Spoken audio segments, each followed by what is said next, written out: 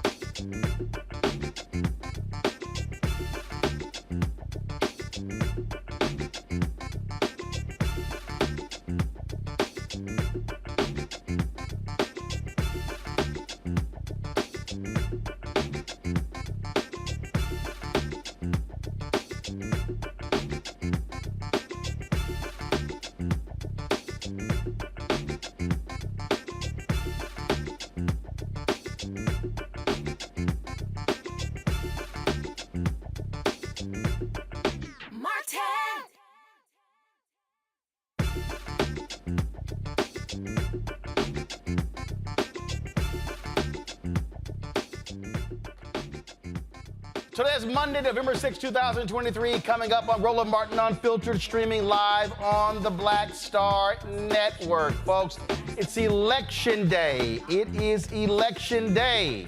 And also races are taking place all across the country. And so we're going to be covering those races, talking about what's happening in Philadelphia, what's happening in Mississippi, Virginia, Houston.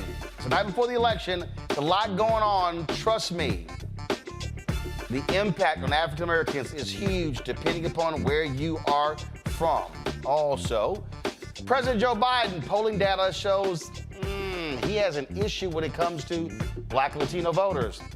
Hashtag, we tried to tell you.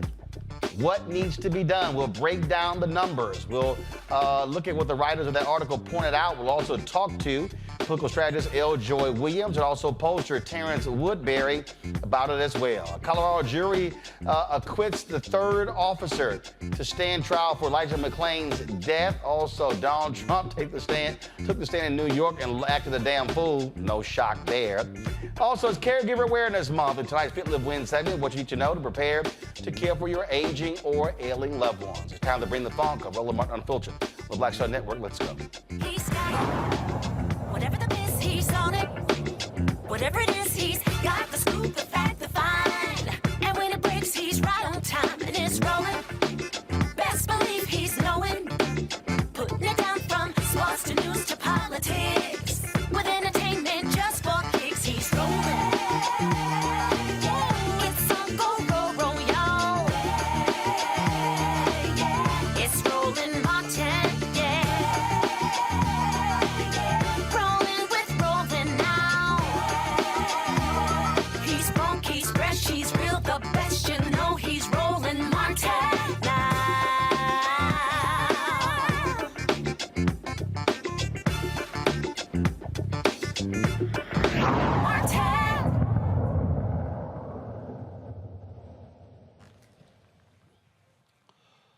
Tuesday's Election Day all across the United States. Some of the races to watch: Kentucky Governor Andy Beshear, Democrat versus Black Republican Daniel Cameron. We're also looking at the tight race for governor in Mississippi between Republican Tate Reeves and Democrat Brandon Presley. Also, there are legislative races, runoffs in Louisiana, Mississippi, New Jersey, Virginia, that will elect folks to the state legislatures.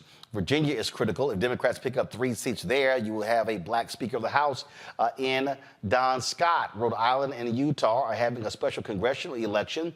Utah Celeste Malloy and Kathleen Reedy are battling with Republican Chris Stewart's seat. He resigned in September.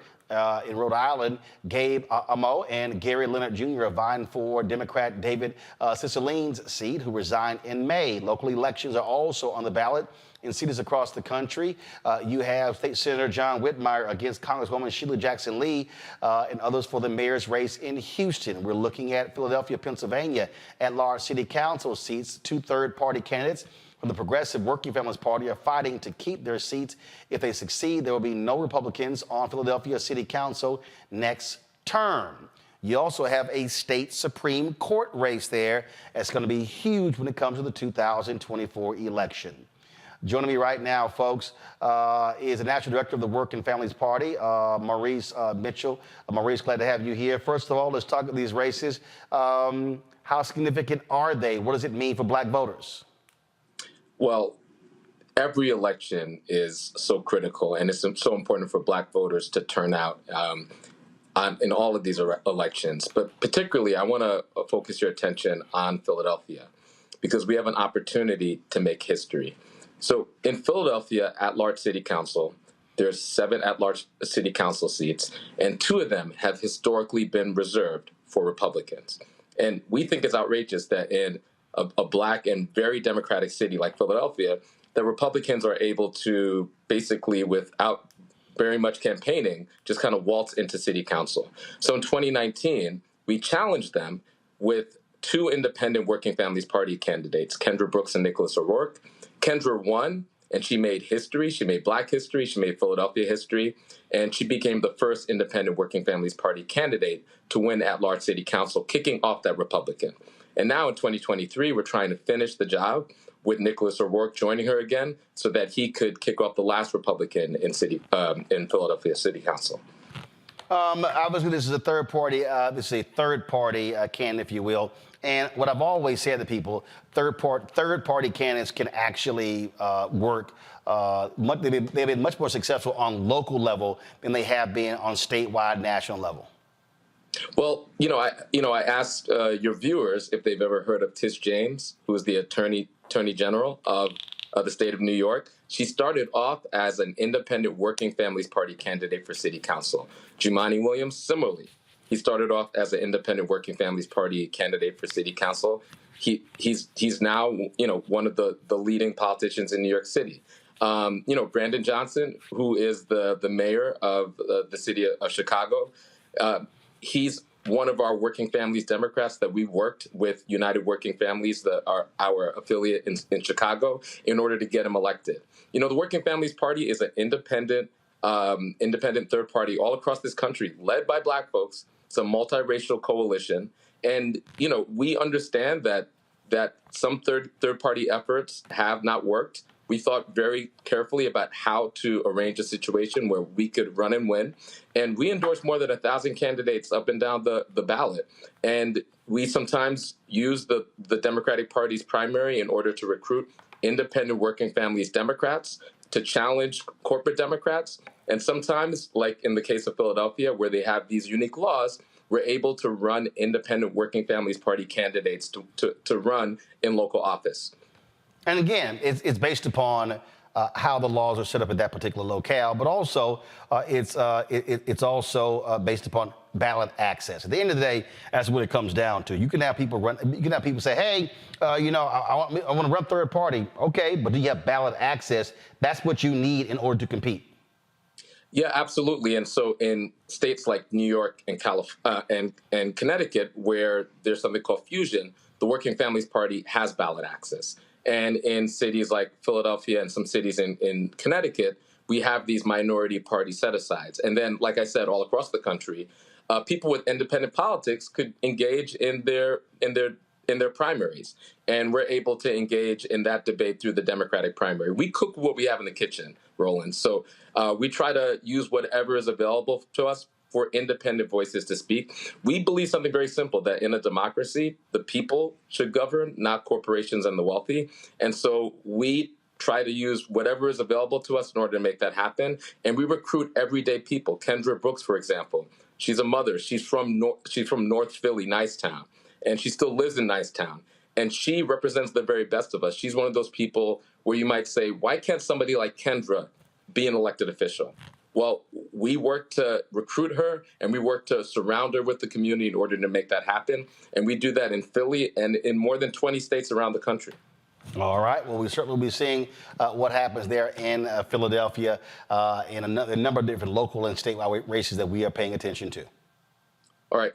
It's a pleasure to have this conversation. And we look forward to Black folks who are interested in independent politics coming down to the Working Families Party. There's a lot of opportunities to, if you're serious about independent politics, there's a lot of cynical people who suggest that the Democrats take us for granted, but then they try to suggest that somehow the Republicans are a better option. There are independent Black voices that are building viable alternatives, and we look forward to engaging anybody that's interested. All right. We certainly appreciate it. Thanks a lot. Thank you. Folks, going to go to a quick break. We come back. We're going to talk about this, but also talk about statewide races that are happening in Pennsylvania that will have an impact on next year. Who controls the county election procedure? Who controls the state Supreme Court? But also, we'll talk about Kentucky, Mississippi, so many different elections taking place across the country. We always have a decrease in voter turnout in what's called off-election years. That should not be an excuse for Black people. We can be determining who wins these elections if we actually show up. You're watching Roland Martin Unfiltered on the Black Star Network.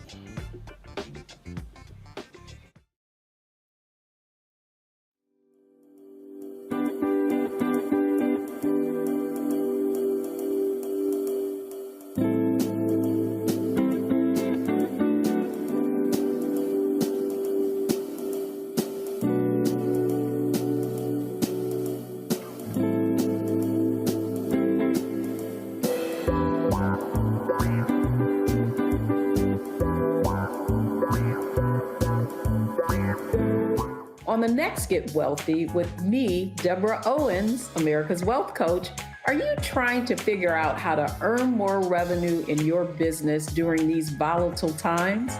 Learn how to tap into the largest marketplace in the world through government contracting. Our next guest, Akia Hardnett, will be sharing how you can get wealthy through government contracting. We've got a young lady, government assistance to government contracts. She literally was on government assistance when she came to us, and in less than a year, she has been winning multiple government contracts, and it has changed the trajectory of her family. That's right here, only on Black Star Network. I'm Dee Barnes, and next on The Frequency, we talk to award-winning screenwriter and director Chanel Dupree about her film, You Think You've Grown, the adultification of young Black girls. This is a conversation that all women can relate to. This woman was like, oh my God, you know, I went through this when I was a kid.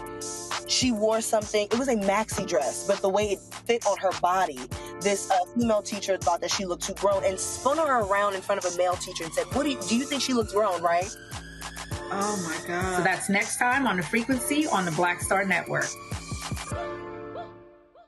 What's up, everybody? It's your girl, Latasha from the A. And you're watching Roland Martin Unfiltered.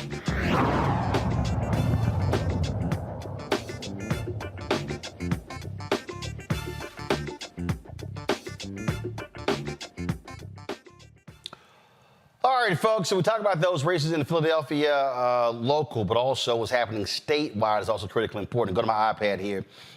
This is from Bolts Magazine. The county officials are huge in Pennsylvania. They can determine who controls drop boxes, mail voting, you name it. Well, guess what? They're all on the ballot. And MAGA people are trying to take over all of these races. You also have a critical Supreme Court race there where you have a MAGA Republican who is trying to be on the state Supreme Court. Why does that matter? Because it was the state Supreme Court that made a number of decisions that impacted the 2020 presidential election. Let's talk about this here, both of these issues with my panel. Joining me right now, folks, is Dr. Julianne Malveaux, economist, president emerita, Bennett College. She is from D.C. Dr. Amakongo Dabinga, senior professorial lecturer, School of International Service, American University out of D.C., Renita Shannon, former Georgia State Representative out of Atlanta. The thing here, Omakongo, as I said there, third-party races, at the end of the day, they have worked successfully on the local level, as opposed to when you go more statewide, when you go national. And but at the end of the day, everything comes to turnout. So you can have a third party, but if people actually don't vote, guess what? They can't win. And so it's amazing to me when I listen to these people on social media and other platforms who complain about what's not being done. And I'm going, guess what? The folks who are winning, they ain't complaining, they're voting.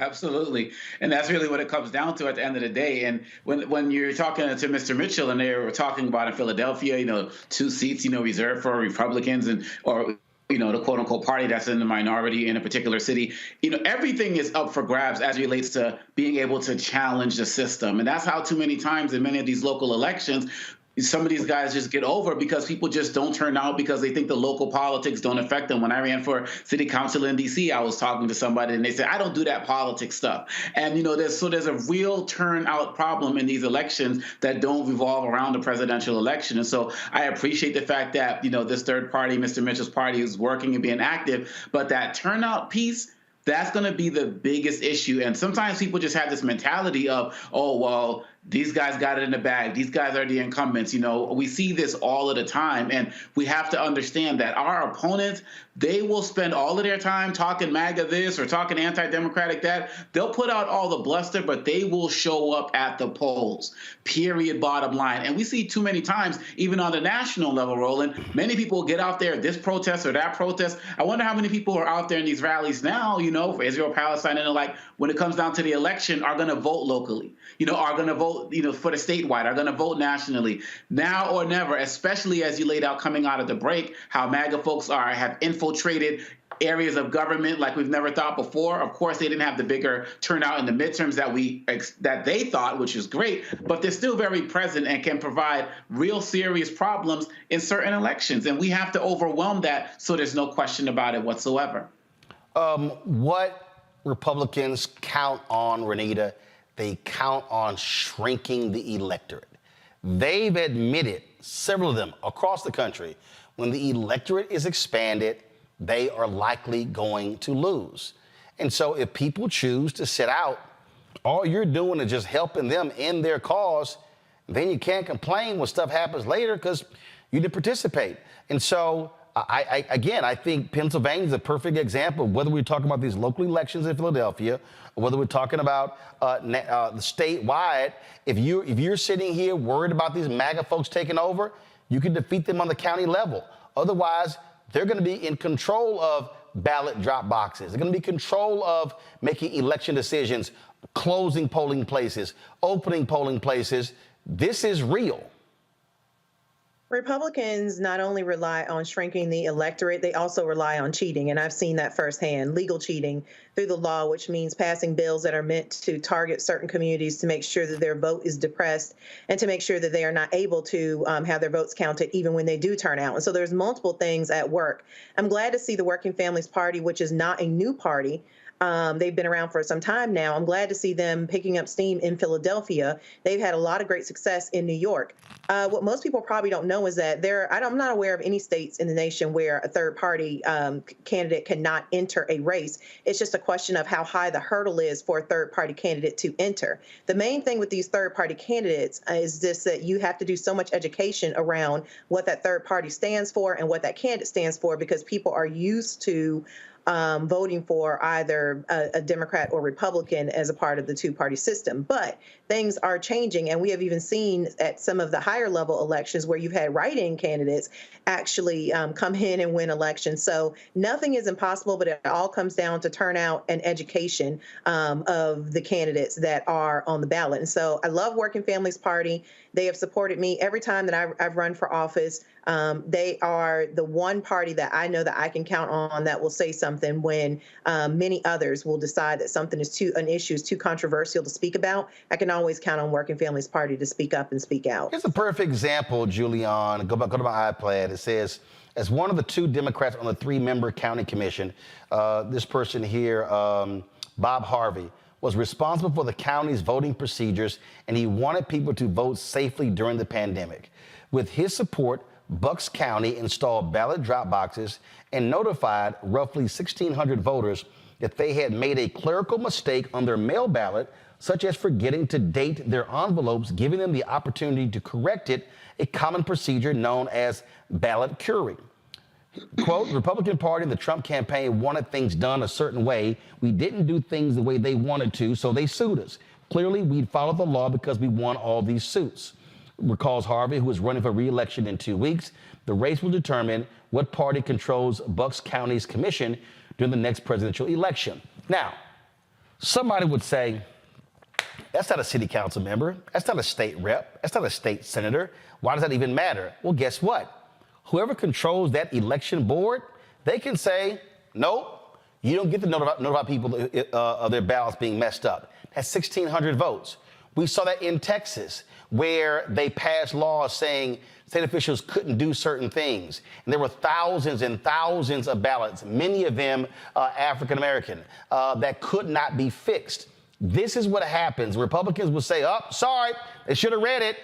And so people may say that, yeah, that little small county, that board, that commission is just as critical than any other official because they can determine who gets counted and who doesn't.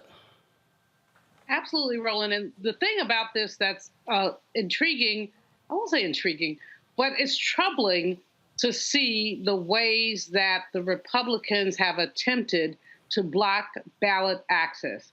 As you know, I'm doing all this research on lynching, which is kind of cumbersome, but the so-called last lynchings in 1946 occurred after, in Georgia, Talmadge ran for governor, and they basically took guns, et cetera, to take Black people away from the polls. Well, they don't use guns anymore. What they do is all this finagling about who gets access and how. And so every election is critical. I mean, I really pray, just pray, that our people understand that. I was walking down the street on Saturday, ran into a bunch of young people who had come from the Palestinian March, and we started chatting. And two of these young women said to me, "We will never vote for Biden." I said, "So who are you going to vote for?" And what they said was they weren't going to vote at all. I find that frightening, especially given, the New York Times poll that talks about young people being disengaged, especially young people of color being disengaged. And what we know is every single election is extraordinarily important.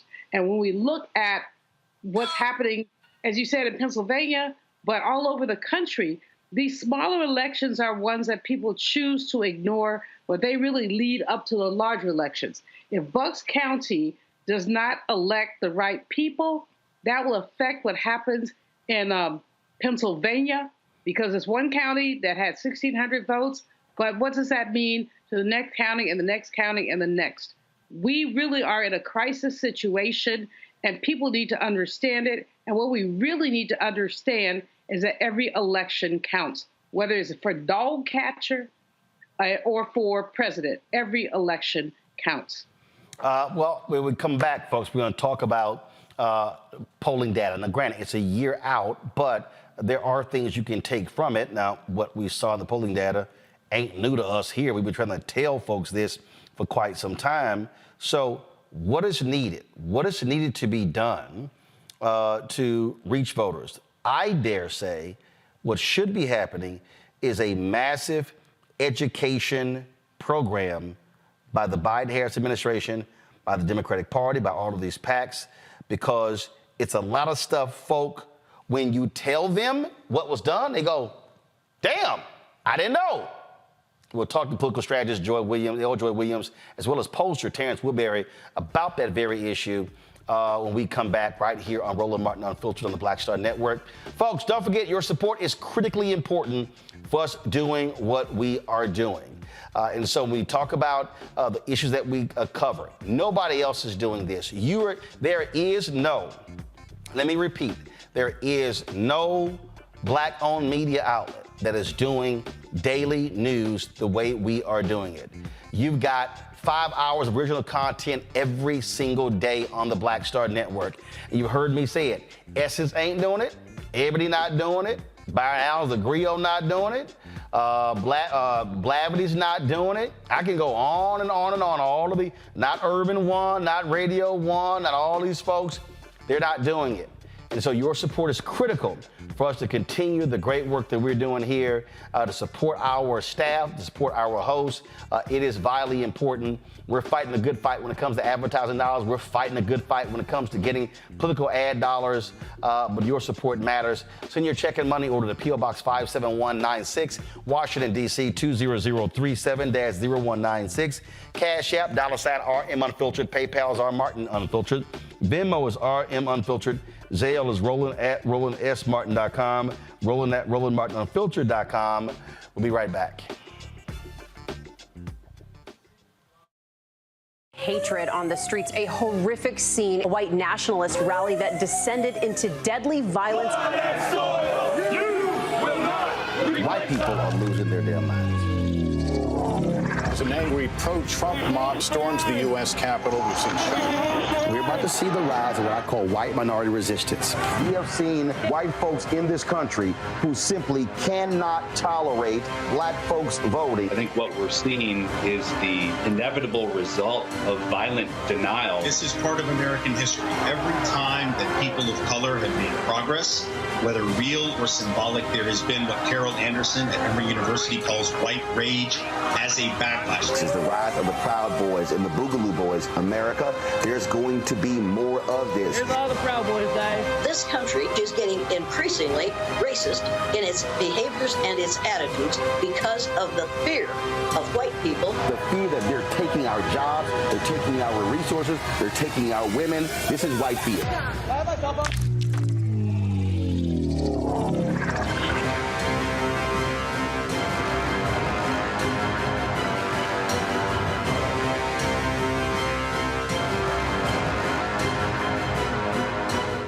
I'm Dr. Jackie Hood Martin, and I have a question for you. Ever feel as if your life is teetering and the weight and pressure of the world is consistently on your shoulders? Well, let me tell you, living a balanced life isn't easy. Join me each Tuesday on Black Star Network for a Balanced Life with Dr. Jackie. We'll laugh together, cry together, pull ourselves together, and cheer each other on. So join me for new shows each Tuesday on Black Star Network, A Balanced Life with Dr. Jackie.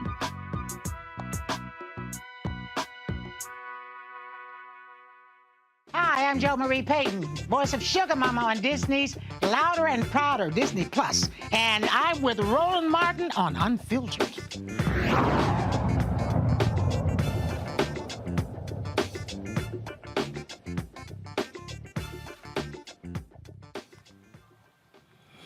Folks, welcome back. Roland Martin Unfiltered on the Black Star Network. Over the weekend, oh my goodness, all of these different political people lost their minds because the New York Times, Siena, dropped their poll, which showed that Donald Trump is leading in nearly all battleground states except one.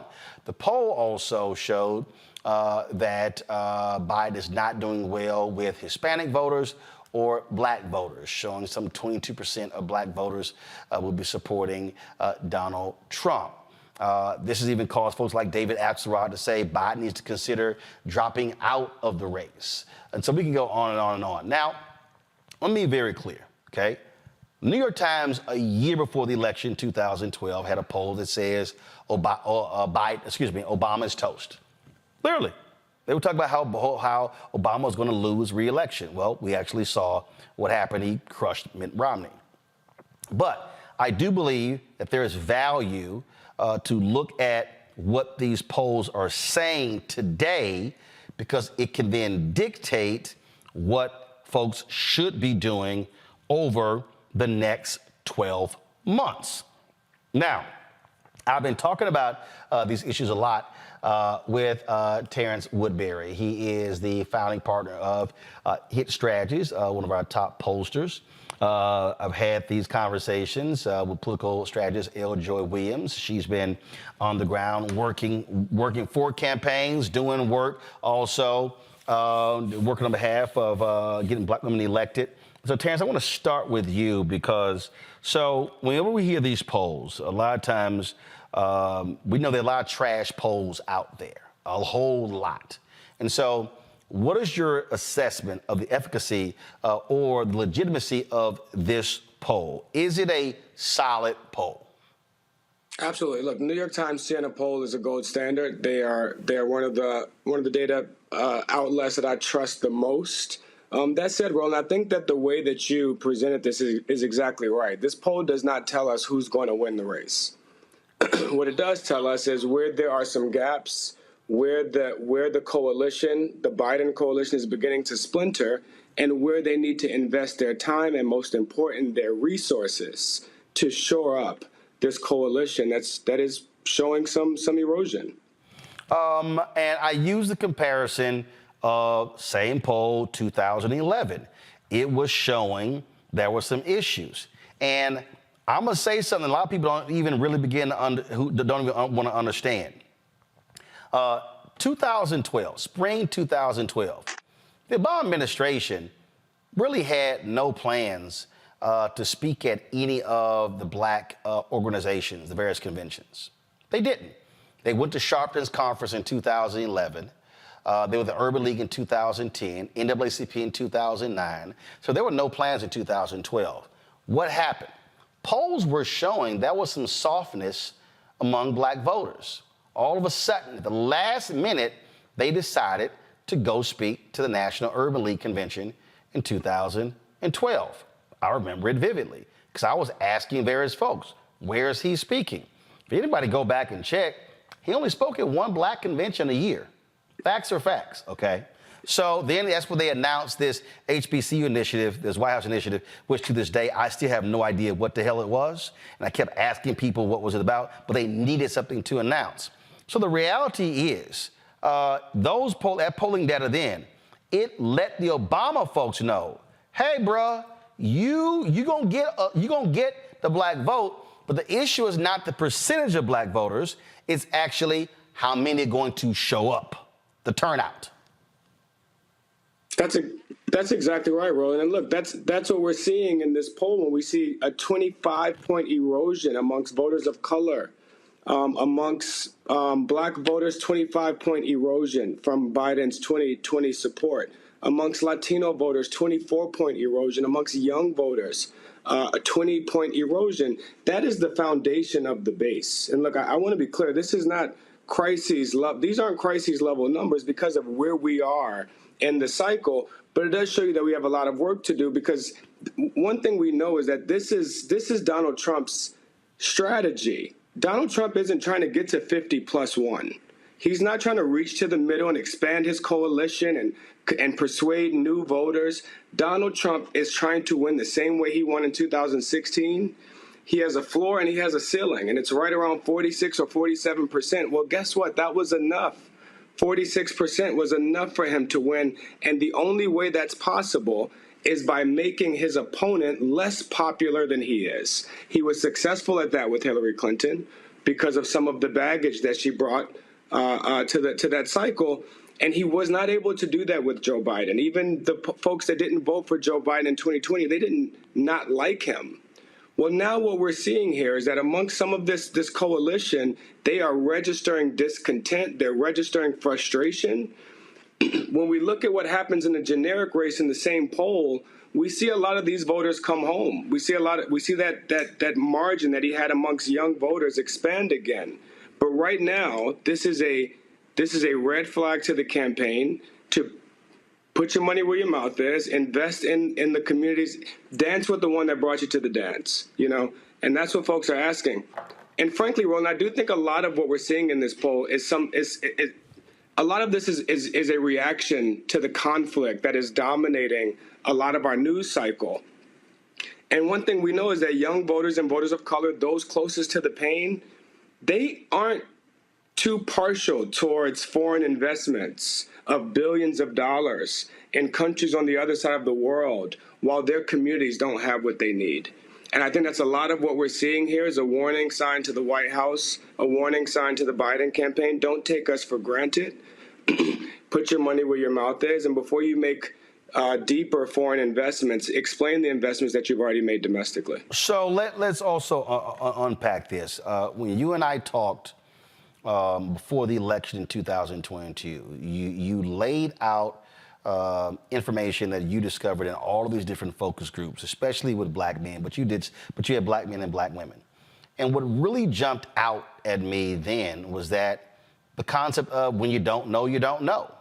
And how your focus groups shifted when voters were actually told. 'Cause people said, ain't nothing been done. And That's then right. y'all went, this. Then folks went, oh, damn. That's right. We didn't know That's that. right. And you literally had a shift in in your focus groups, correct? That's exactly right, Roland. Look, the last time we polled over the summer, 76% of black voters said that their lives had not improved since Joe Biden became president. 76%. If that number holds, I'm sorry. No, don't worry about it. Keep talking. Just keep talking. Okay, you can still hear me. Okay, so if we that got number you. holds, if 76% of black folks in November of 2024 say that their lives haven't improved, we have a problem. And so what we found is, when you look at the issues that black folks prioritize the most, economy and gun control, affordable housing, student loan forgiveness, Joe Biden has made tremendous progress. I tell folks all the time, this is the student loan president and the criminal justice reform president and the climate change president and the jobs president, because he has done more on each of those issues than all of his predecessors. You talk about criminal justice reform.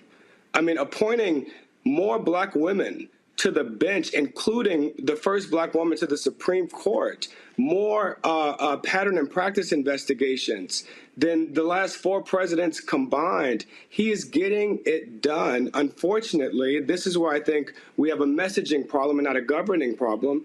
He's going to have to be the explainer in chief. He's going to have to explain the progress that's been made and tell people how they can access it. How can you go get $35 insulin in your community? How can you go get some of the millions of jobs that have been created by this infrastructure bill? They don't want to just be told how much politicians in Washington have gotten done. Right. They want to be told how it makes their lives better. I also think that you have to also explain to people who have no clue in terms of really what politics is all about. In fact, I'll give a perfect example. Twitter is all abuzz today because the Republican National Committee, what they did is they took a particular comment made by Congresswoman Jasmine Crockett, and they have been pushing it on social media, and a whole bunch of black folks who don't know better jumped on it and reposted it, not even having the full context of what Jasmine laid out. And so it achieved their purpose. I want to play this, and then I want to come back to you with what your research shows. So here's what Jasmine Crockett said yesterday on CNN, Congresswoman Jasmine Crockett of Texas. Here's the deal. Perception is reality. And so when you look at the data that was provided in this poll, it talks about how people feel. And when people decide whether they're going to the poll or whether they're not going to the poll, it's all about how you feel in that moment. And so while the facts may not align with their feelings are dictating their reality. Their reality is that they said that they feel better or they felt better when Trump was in office. But we've been trying to push back. We've got some very popular African-American artists that are out here saying things like, oh, I got checks when Trump was in office. I want those checks again, not understanding that that really came from Congress.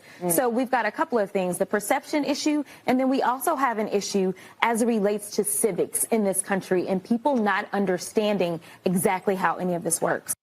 Here's the deal. There were some people who were going, Jasmine, and the RNC tried to say that Jasmine Crockett was trying to call black people dumb. No. What she was saying is what I've said on this show for a very long time. Donald Trump did not hand out stimulus checks. It was a democratically controlled Congress that passed the bills. Then it went to the Senate, then it went to the president's signature, and then they went out. And so we can go on. But here's the other thing. There was more stimulus provided by Biden-Harris than Trump. Y'all, COVID hit February, March 2020. You had all that year. Trump's out by January. And so when people talking about these checks, do folks forget the checks that happened when Biden was president? The American Rescue Plan, the checks that also allowed HBCUs to write off infrastructure loans. I can go on and on and on.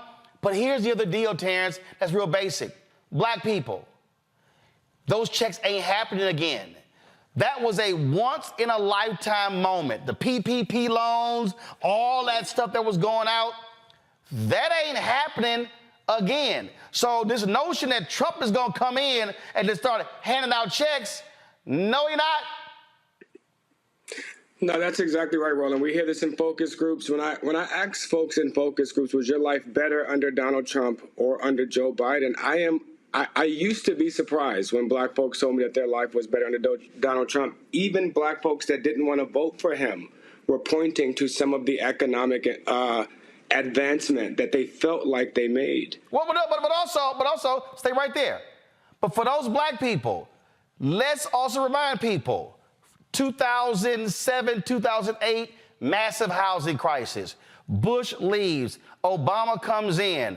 2009, 2010, 2011, our economy was awful. Then you had a resurgence, 12, 13, 14, 15, 16. Donald Trump was handed on a silver platter, like he's got his entire life, an economy that was surging ahead. And he benefited in 17, 18, 19. Boom! COVID hits in 20. 41% of black-owned businesses out of business due to COVID. Supply demand craters. So, folks, we had COVID, 20,000 to 2020, 2021, half of 2022. The reality is we're still coming out of that. And so to act as if COVID didn't exist, you had to come out of that And the economy, it's clear from a job standpoint. Again, this is not, oh man, you back and buy it. No, it's a factual standpoint. But the reality is inflation, grocery prices, gas prices, all of those things that was led by corporate greed, that's hitting the pocketbooks. And a lot of those COVID benefits are now disappearing, including the child care credits. That's right. Listen, the child tax credit was amongst the most popular policies that the Biden administration put forward, and it is one that Black folks overwhelmingly want to see continued. But look, you're spot on, Roland. What people are feeling, and what Congresswoman Crockett, a very good friend, and who I think is a very important voice and messenger for folks that just don't hear from the White House, or they don't resonate with the voices that are coming from the White House. They need to hear from folks like Jasmine Crockett, and we need to give her a bigger microphone to reach more of these young voters that don't see themselves reflected in the party. But beyond that, she was spot on. You know, this is a civic engagement exercise. We have to teach folks about the process, exactly what you're doing here, Roland, educating folks about the process and the timelines. Because when folks tell me that the reason that their lives were better under Donald Trump, or the things that they like, was because he was investing in HBCUs, despite Joe Biden investing more. And in fact, he wasn't. Donald Trump's budget zeroed the money out for HBCUs. It was right. Congresswoman Alma Adams. That program Trump's keep taking credit for, it was Congresswoman Alma Adams who put it back in, who fought for it in the House. And when Senator Lamar Alexander held it up in the Senate, that's when Trump, looking for a win, was like, hey, Lamar, back off that hole. Then it got passed. Trump didn't know a damn thing about that program that was started under Bush, continued under Obama, expired. That's a fact. Go ahead. But look, I bet you this is something that every one of your viewers will remember. If they don't know where the bill came from, if they don't know how much Trump gave to HBCUs, I bet you one thing they remember is a picture of 50 black HBCU presidents in the Oval Office with Kellyanne Conway with her feet up in on the couch, taking the picture. I mean, that is the moment that burned into people's heads that make them say, oh, Donald Trump was giving so much money to HBCUs, when in fact Joe Biden has given twice as much. But there was no Rose Garden moment. There was no Oval Office moment, the photo op of the HBCU presidents. That's what we're missing here. It's the showmanship. It's the theater of the progress that's being made. And we got to take this show on the road now. We're not going to be able to do it from the Oval Office. And that's why I was glad to see the vice president on that HBCU tour for the last few weeks. Great point. Hold tight 1 second. I know El Joy's ready to hop in, because that's exactly why I want to talk to her about, because I have been saying this repeatedly. Democrats, this is very simple. You have to be engaging in a mass mobilization, mass education process, and you can't do it with TV ads. You can't do it at the last second come August and September and October. No, it should be starting January 1. We'll break it down when we come right back. Folks, hold tight 1 second. You're watching Roland Martin Unfiltered on the Black Star Network.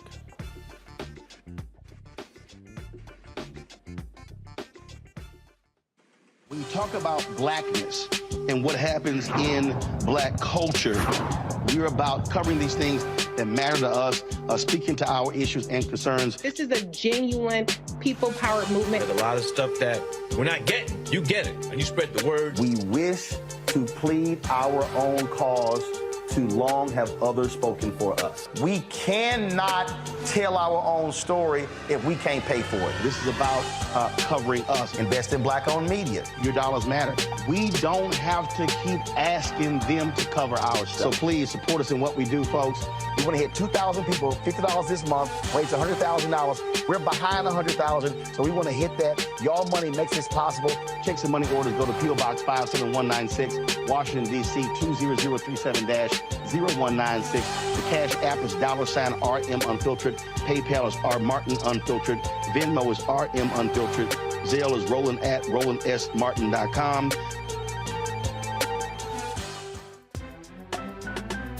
I'm Faraji Muhammad, live from LA. And this is The Culture. The Culture is a two-way conversation. You and me. We talk about the stories, politics, the good, the bad, and the downright ugly. So join our community every day at 3 p.m. Eastern and let your voice be heard. Hey, we're all in this together. So let's talk about it and see what kind of trouble we can get into. It's The Culture. Weekdays at 3, only on the Black Star Network.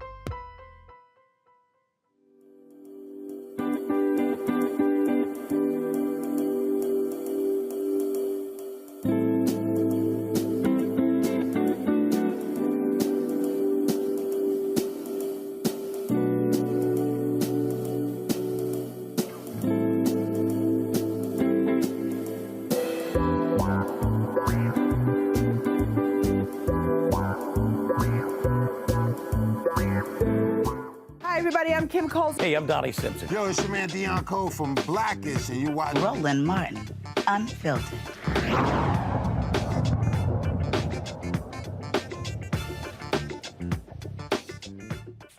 I want to start with Eljoy Williams. Eljoy, you and I have had this conversation numerous times, and I love watching these other shows where they dance around it.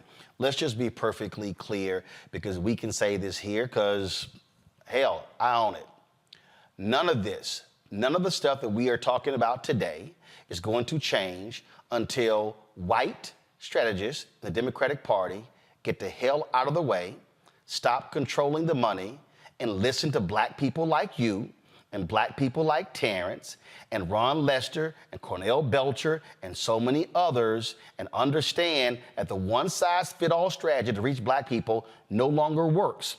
Fewer black people are self-identifying as Democrats, which means you have to be micro-targeting black people, and you better be engaged in a massive education program, which means town halls, national conversations in all these communities to tell people and teach them what is being done. Otherwise, they're going to believe you haven't done jack. Yeah. Well, yeah, we've had this conversation over multiple years in a lot of different places, a lot of different cities, and a lot of different states regarding a number of different campaigns, both presidential, statewide, and local.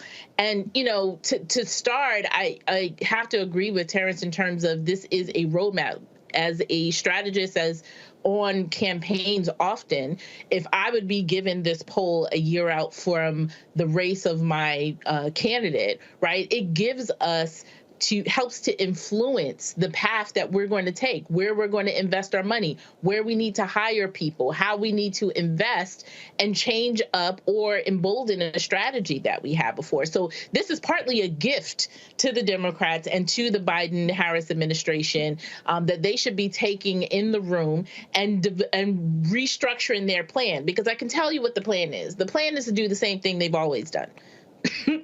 And so if they are not taking this and seeing how we can change and move up our timetable and invest in strategies that are not just television ads, not just those last-minute radio ads, but really develop relationships in those communities and with those voters that are not motivated to turn out, that is what's needed, particularly for that 18 to, say, 34 population, which is a prime target for misinformation and disinformation that we're seeing.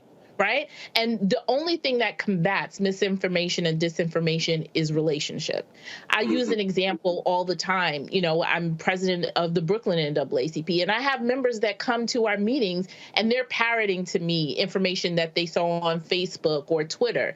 But it's because they have a relationship with me, with the membership, that if I give them the correction and give them their information, that they trust it.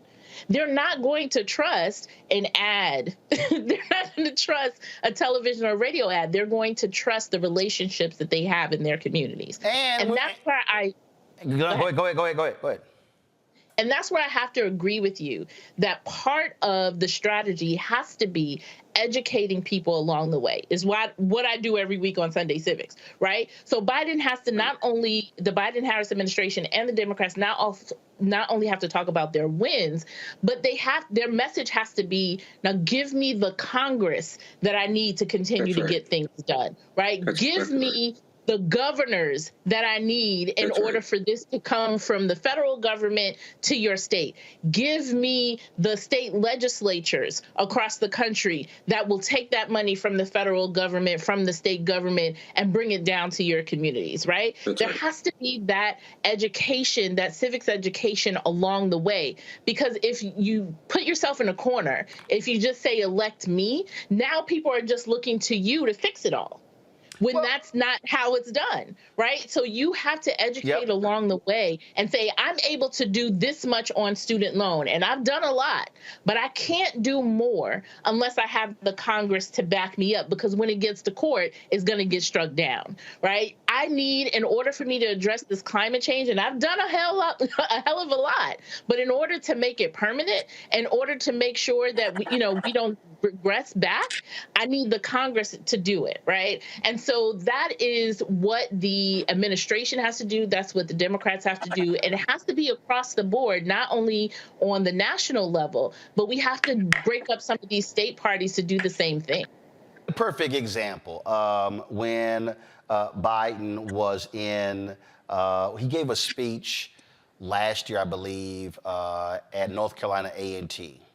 And he stood up there. He talked about, this is what we provided, HBCU funding, more than $7 billion. And so I got a call from a Democratic operative, and the person said, "Hey, what do you think about the speech?" I was like, it was all right. They're like, "Wow, all right." I said, "Let me explain to you how things work with black people. If you stand in front of black people, and I think this applies to anybody, and you say, well, we've provided $7 billion to HBCUs. No, that ain't what you say. What you say is, A&T, I'm glad to be here. I want y'all to understand that your university received, let me pull this up. I want to pull up. Oh, yeah, I had the list too. I want to pull up this here. See, to me, this is how Roland would do it. This is just Ro, okay? Roland would stand up and say, I just want y'all to know that your university, North Carolina A&T, this is the amount of money you got. No, don't go to my iPad yet. I'll tell you when to go. What you do is you sit here and you say, we provided X amount of dollars to you. The state provided this. So let me pull it up. You got to see, now go to my iPad. So you'll see right here in this first column, you see North Carolina A&T University. The state allocation to North Carolina A&T University was $95.4 million. That's this first column right here, y'all. That's his first column. So you see $95.4 million. But then when you go all the way over, what you then say is, but A&T, you got $188 million from my administration. And then you said, since we in North Carolina, Winston-Salem State, you got $64.6 million from the state. You got $81 million from us. And then what you do is you start naming all of the universities in North Carolina, stating this is how much you got. Then what you do is, if you go to North Carolina A&T, then what you say is, my administration has provided $127 billion in student debt relief. Cassandra, stand up. Kim, stand up. James, stand up. The students that are standing up collectively had more than $150,000 forgiven for student loans. That's what you do. You got to make this thing plain. That's not what they do. And I sit there and I'm like, and again, I know Trump was lying, but when he says, I saved HBCUs, I provided full funding to HBCUs, and all these Negroes ran with it. And I'm like, y'all, he lying. But you have to literally make it plain what you did. And then you can say, and at Meharry, they provided $1,500 for students. At Bethune-Cookman, HBCUs actually gave money to students who were going back home. You got to say that, Joy. Well, you not only have to say that, because I would take it further if I was on staff. I would take it further and say that new building, That's what I'm saying. That's right. Because of That's my right. money. Right? Like, Wait a minute. I used the example that's scene from my man Flipper from Jungle Fever when he was quitting, when he was like, mine. He was pointing out all the architecture's drawings that were his. He was like, yeah, that's mine. That's exactly what you do. You say, we made this building possible. We made this construction project possible. Oh, you see that building, A&T? It had $50 million of debt on it. We forgave that debt. That's how you gotta talk.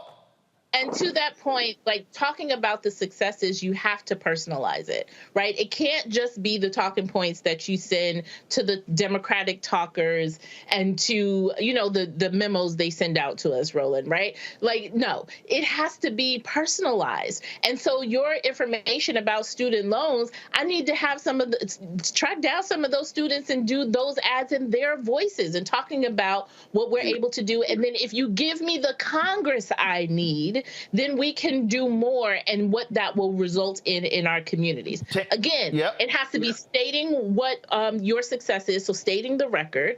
2, giving an example and making it personal, right? Identifying actual people, physical things, things in the community or even in their state. And then the third thing saying, and if you invest, and if you do this, not just vote for me, right? But if you do this, if you give me the Congress, right? If you give me this and not asking for the vote in that way, then we can do more and we can do more together, right? And that's what's missing. We do this, civics and the education on voting in this disjointed way when the federal, state, and local governments have to work in tandem in order for people to see real change in their community. That disenchantment that is reflected in polls, in the focus group that Terrance talks about, again, when you give information, it changes in that way. And the reason why is because people aren't given the information in a way that resonates with them. The second part of that also is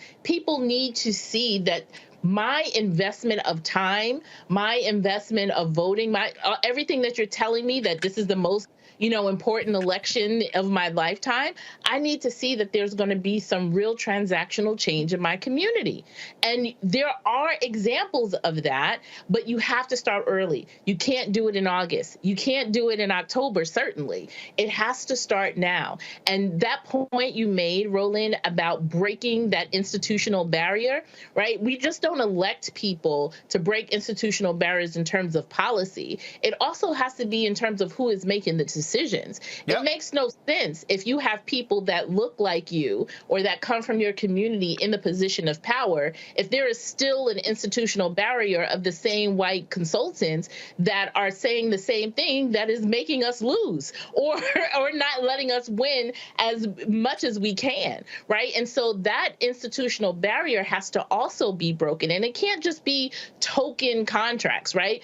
You're the media buyer or you're this, after we've already hired the people that are making the major decisions. You have to bring people to the table to challenge what has been done and what has not been working. The fact that the Democrats at all have not been trying to chip away at that large, close to 80 million Americans who are not voting, and either they're not registered or they're just not showing up, that's a problem. I'll tell you this here, Terrance, real quick before I want to read this comment here, but Reverend William Barber has been trying to get the White House a meeting with Biden with poor, affected people. So the White House keeps trying to invite Reverend Barber. He goes, no, I don't need a meeting. He said, when we meet with the Poor People's Campaign, we have affected people at the table. They still playing around. That's what you should be doing because they're out there on the ground trying to make it happen. But Terrance, here's a perfect example. This woman named Miss Mays on YouTube goes, this means nothing. My state receives millions for schools and it's not put into the community. Okay, Miss Mays, what's your state? If you're likely a red state, guess what? That means that the money is going from the federal government to the Republican-controlled legislature or the governor, and then they're dictating it. I am born and raised in Houston, Texas. When it came to the hurricane relief money, Governor Greg Abbott refused to send $1 billion to Harris County for hurricane relief. $1 billion. Why? Because it's blue. He wanted to penalize them. What did they do in the last legislature? They actually changed a law that impacted one of Texas' 254 counties, saying if we find any irregularities, we can call for a new election. There are 254 counties in Texas. It only applied to one, Harris County. Oh, the most diverse county in the state, the one that has the most black people. And the other thing, Terrance, for the people who are saying, well, these HBCUs getting this money, it didn't impact me, guess what? Every HBCU has an impact on this DMA, the community around it. If those schools didn't get that money, guess what? Restaurants would have actually failed. Dry cleaners, transportation, all of these businesses, people who even work for the institution, would have been all wiped out. So don't think for a second that $7 billion had no impact on black people, Terrance. That's right. And look, black voters are very sophisticated, Roland. They understand shared fate. Black voters understand linked fate. And I've seen it in focus groups where you start exposing people to the progress that's been made. They're not just looking to make sure that they were able to access this progress. They're looking to see who was able to access it. And this is where, the ad machine that goes on TV in the last 90 days, in the last 30 days, and just rattles off a list of accomplishments in Washington will, in fact, harden the cynicism that voters feel. Because, look, when you're a cynical voter that doesn't believe systems work for you, it's like a young man told me in focus groups in Philadelphia, his hood didn't get any better under Obama. It didn't get any worse under Trump. And so what does Biden got to do with him?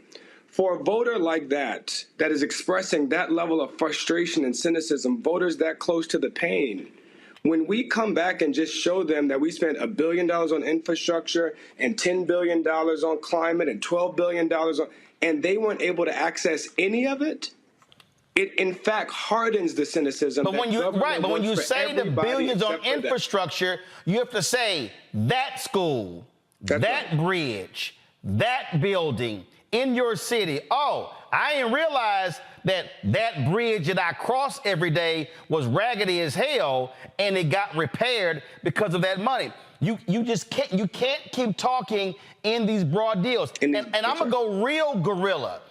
The Democratic Party, DNC, DSCC, DCCC, all of them, at every damn ribbon cutting in America, where there's a Republican taking credit, they should be sending at least 5 to 20 people with placards. Thank Joe and Kamala. They did this. That's right. That's what you do. In fact, Joe, I'm sorry, Roland, I'll go even further. They need to be thanking the voters that flipped those states. And in Georgia, I work with New Georgia Project in Georgia, one of the most effective grassroots organizations in the country. And we did a thank you Georgia campaign to Georgia voters that thanked them for child tax credits in Nevada and thanked them for child tax credits in Arizona and thanked them because they sent those two senators on January 5th of 2022 to Congress. We were able to get this progress. And to Joy's point, this is how you change the messenger. Just in case we're not able to make Joe Biden the most popular politician amongst black voters, well, this is where we moved. We shift the hero. Joe Biden doesn't have to be the hero of the story. We were able to raise federal minimum wage to $15 an hour because you voted. We were able to forgive billions of dollars of student loan debt because you voted. We were able to pass the George Floyd executive order that with mandatory body cameras, mandatory body cameras, pattern and practice investigations, because you voted. And that's how we make them the hero of the story, because that's what's going to make them come out and do it again. Joy, go ahead. Roland, if I can just add really quick to Terrance's point, because there's an example of that working. Higher Heights, this was during the midterm, during Obama's election. We did a project in Georgia and Ohio, engaging Black women who had never voted in other elections besides voting for in the first Obama election. And we didn't advocate for any candidate. all we said is we were talking about Black women's vote power and that they have the power to vote, to change this, and this is the result of their voting power. We were able to increase turnout by that population that would normally, be just the every 4-year election voters. We were able to transform them to vote in regular off-year elections, just talking about their vote power and what that would result in. One, to see the increase, right? Just talking about giving people information and talking about their vote power enabled them to continue to become prime voters for years to come, right? So Terrance, there's evidence that that works when we do that. Second part, Roland, which I'm sure you are not surprised by. No one has ever asked us how we did it. No one from the National Party, no one from any other state party asked us how we did that, and how we can invest or scale up that project to do it in more states or to do it nationally. Oh, listen, I had no problem. Delegate Don Scott hit me up and he said, hey, man, can you do in Virginia what you did for Warnock in Georgia? I said, what do you mean? He said, we would love for you. He said, we would love to advertise on your network and for you to bring your show on the ground to 5 cities. I was like, yeah, we can do that if you advertise. Because guess what? There's a cost to it. I mean, that's what you do. Guess what? When Sean Hannity is doing these town halls across the country, you know why that's happening? Because all of them Republicans, they are dumping billions into Fox News. That's why they doing it. And so the reality is this here, and I'm going to say it, and I'm being real specific. The fundamental problem, you got white Democratic consultants who do not want to release the funds, and they want to play this game of sending out celebrity influencer money. They don't want to use the advertising money because they get paid by the TV buys. They don't want to put money on the ground to grassroots. I said to Melody Campbell, they had when they met earlier this year in Atlanta, I said that all of these progressive groups out here, the target, I said, Melody, y'all should be telling them $500 million for on-the-ground efforts targeting Black people. That's the number, $500 million. And I said, Black-owned media, in 2020, the Biden campaign released this thing, $281 million ad buy, historic funding of $6 million going to black media, when in fact, most of that money went to white-owned, Black-targeted media. It went to Complex. It went to iHeartRadio. It went to other platforms that were not Black-owned. And I'm telling you right now, Fat Joe said that yesterday's price ain't today's price. And so I will say to the Biden folks, y'all better be looking at spending upwards of $50 to $100 million with Black-owned media this year, because guess what? If you don't have people educating and taking the time, it ain't gonna happen, and that's not happening on MSNBC and CNN and these other particular platforms.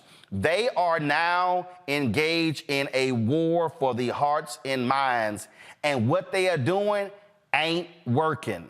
They had better be listening to Black people who are on the ground, who touch the ground, who can go into communities. Otherwise, they're going to get their asses handed to them, and that crazy fool is going to be back in, and we already know the evil that he is going to unleash on America. Final comment, Joy and Terrance, and I'm going to go, after the break, I'm going to go to my panel. Joy, go ahead, you first. All I want to say is invest the money and invest the time. You have to build the relationships, and you have to do it now. It's called return on investment. Go right ahead, Terrance. Look, information is persuasion. We are talking about the new swing electorate. You know, these are the swingiest voters in the electorate. They don't need to just be mobilized. They need to be persuaded. That's going to take time. We don't do that in the last minute. And the more we empower them, the more we inform them, the more we move them towards being super voters and not just folks that vote sometime. All right. Terrance Woodbury, Elijah Williams, I certainly appreciate it. Thanks a lot. Thanks, Roland. Before I go to break real quick, somebody named One and Only on YouTube, Democrats funding this station, no doubt. Yo dumb ass lying. You lying. Yo dumb ass lying. So there we go with that. And then let's see. Brother King Lee says, Brother Roland, it is a new day. Many folks are fed up with politics. Guess who's not? MAGA. Guess who's not? White evangelicals. So we go to break. I'm gonna come back with my panel, but I need all y'all to understand who talking about, man, black people fed up with politics. Guess what? Republicans, do you know why they really, really want Trump to win? Because Alito and Clarence gonna retire. And they gonna appoint some 45, 49-year-old young white conservative to lock in their 63 majority. Oh yeah, trust me. See, they complain about Biden's age. Alito and Thomas in their 70s. They want to guarantee they have those seats for the next 30 to 40 to 50 years. So for all y'all people talking about we fed up with politics, it's a whole bunch of folk that don't look like us are sitting here going, yes, we want y'all to be fed up. Because what did Donald Trump say in 2020? He says, black people, thank you for staying at home. The man was so arrogant, he literally thanked black people for not voting. Yeah, F around and find out if you want to. We'll be right back on Roland Martin Unfiltered on the Black Star Network.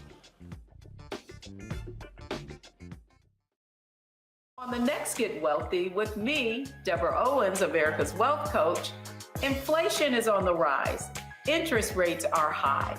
Can you still thrive during these uncertain times? On the next Get Wealthy, you're gonna meet a woman who's done just that, living proof of what you need to do to flourish during these uncertain times. These are times where you take advantage of what's going on. This is how people get rich or richer. That's right here on Get Wealthy, only on Black Star Network. Next on the Black Table with me, Greg Carr, we welcome the Black Star Network's very own Roland Martin, who joins us to talk about his new book, White Fear, How the Browning of America is Making White Folks Lose Their Minds. The book explains so much about what we're going through in this country right now, and how, as white people head toward becoming a racial minority, it's going to get, well, let's just say, even more interesting. We are going to see more violence. We're going to see more vitriol, because as each day passes, it is a nail in that coffin. The one and only Roland Martin on the next Black Table, right here on the Black Star Network. Hi, I'm Dr. Jackie Hood Martin, and I have a question for you. Ever feel as if your life is teetering and the weight and pressure of the world is consistently on your shoulders? Well, let me tell you, living a balanced life isn't easy. Join me each Tuesday on Black Star Network for a Balanced Life with Dr. Jackie. We'll laugh together, cry together, pull ourselves together, and cheer each other on. So join me for new shows each Tuesday on Black Star Network, A Balanced Life with Dr. Jackie.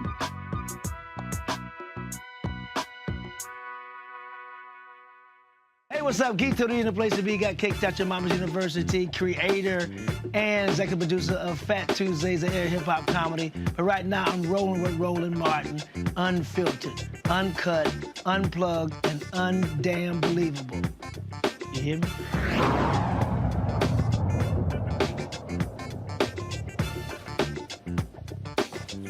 Here's the thing that always cracks me up. I love to hear when these fools say,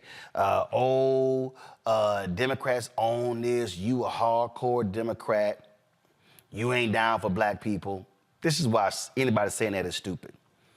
Everything that I'm laying out is specifically about black power. See, white evangelicals, they know Trump is a fraud. They know it. I need y'all to understand.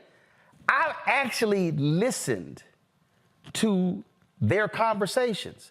I'm not going to name this Republican member of Congress, but I was on an airplane sitting next to a Republican member of Congress who I knew. And she flat out made clear how incompetent Donald Trump is. But guess what? He was a means to power. And this is where a lot of people get confused. If I'm looking at the board, I'm saying, what is a means to achieve what it is that we want. So if I, as a black man, want to see police held accountable for their actions, am I going to support the person that appointed the former head of the Lawyers Committee for Civil Rights under law to lead the Civil Rights Division of the Department of Justice? Or am I going to support the guy who had 2 attorney generals who said that investigating cops was bad for their morale? If I say I believe in criminal justice reform, those are actually my 2 options. If I say that I am for criminal justice, I say that I am in support of the Affordable Care Act, Medicaid expansion, which played a critical role in decreasing the number of black people who don't have insurance. Am I going to support the person who gladly ran ads and push the open enrollment period? Or am I going to vote for the person who says we're going to shut down Obamacare and replace it with something else, and in 4 years never did? That's literally what I'm looking at. Am I going to support the person who says, I saved HBCUs, and he was only talking about a program that $85 million went to HBCUs? Or am I going to support somebody, go to my iPad, who in the area of Cap 5 forgiveness, $1.6 billion, dropped the lower third, $1.6 billion was forgiven to HBCUs. CARES Act 1, $352.7 billion. CARES Act 2, $575.5 million. CRRSA 1, $583.8 million. CRRSA Act 2, $852.8 million. American Rescue Plan Act 1, $1 billion. American Rescue Plan Act 2, $1.57 billion. Total amount going to HBCUs is $6,565,681.29. If some of y'all sitting there saying, well, I don't believe that, okay, this is the actual spreadsheet that I got from Congressman Jim Clyburn.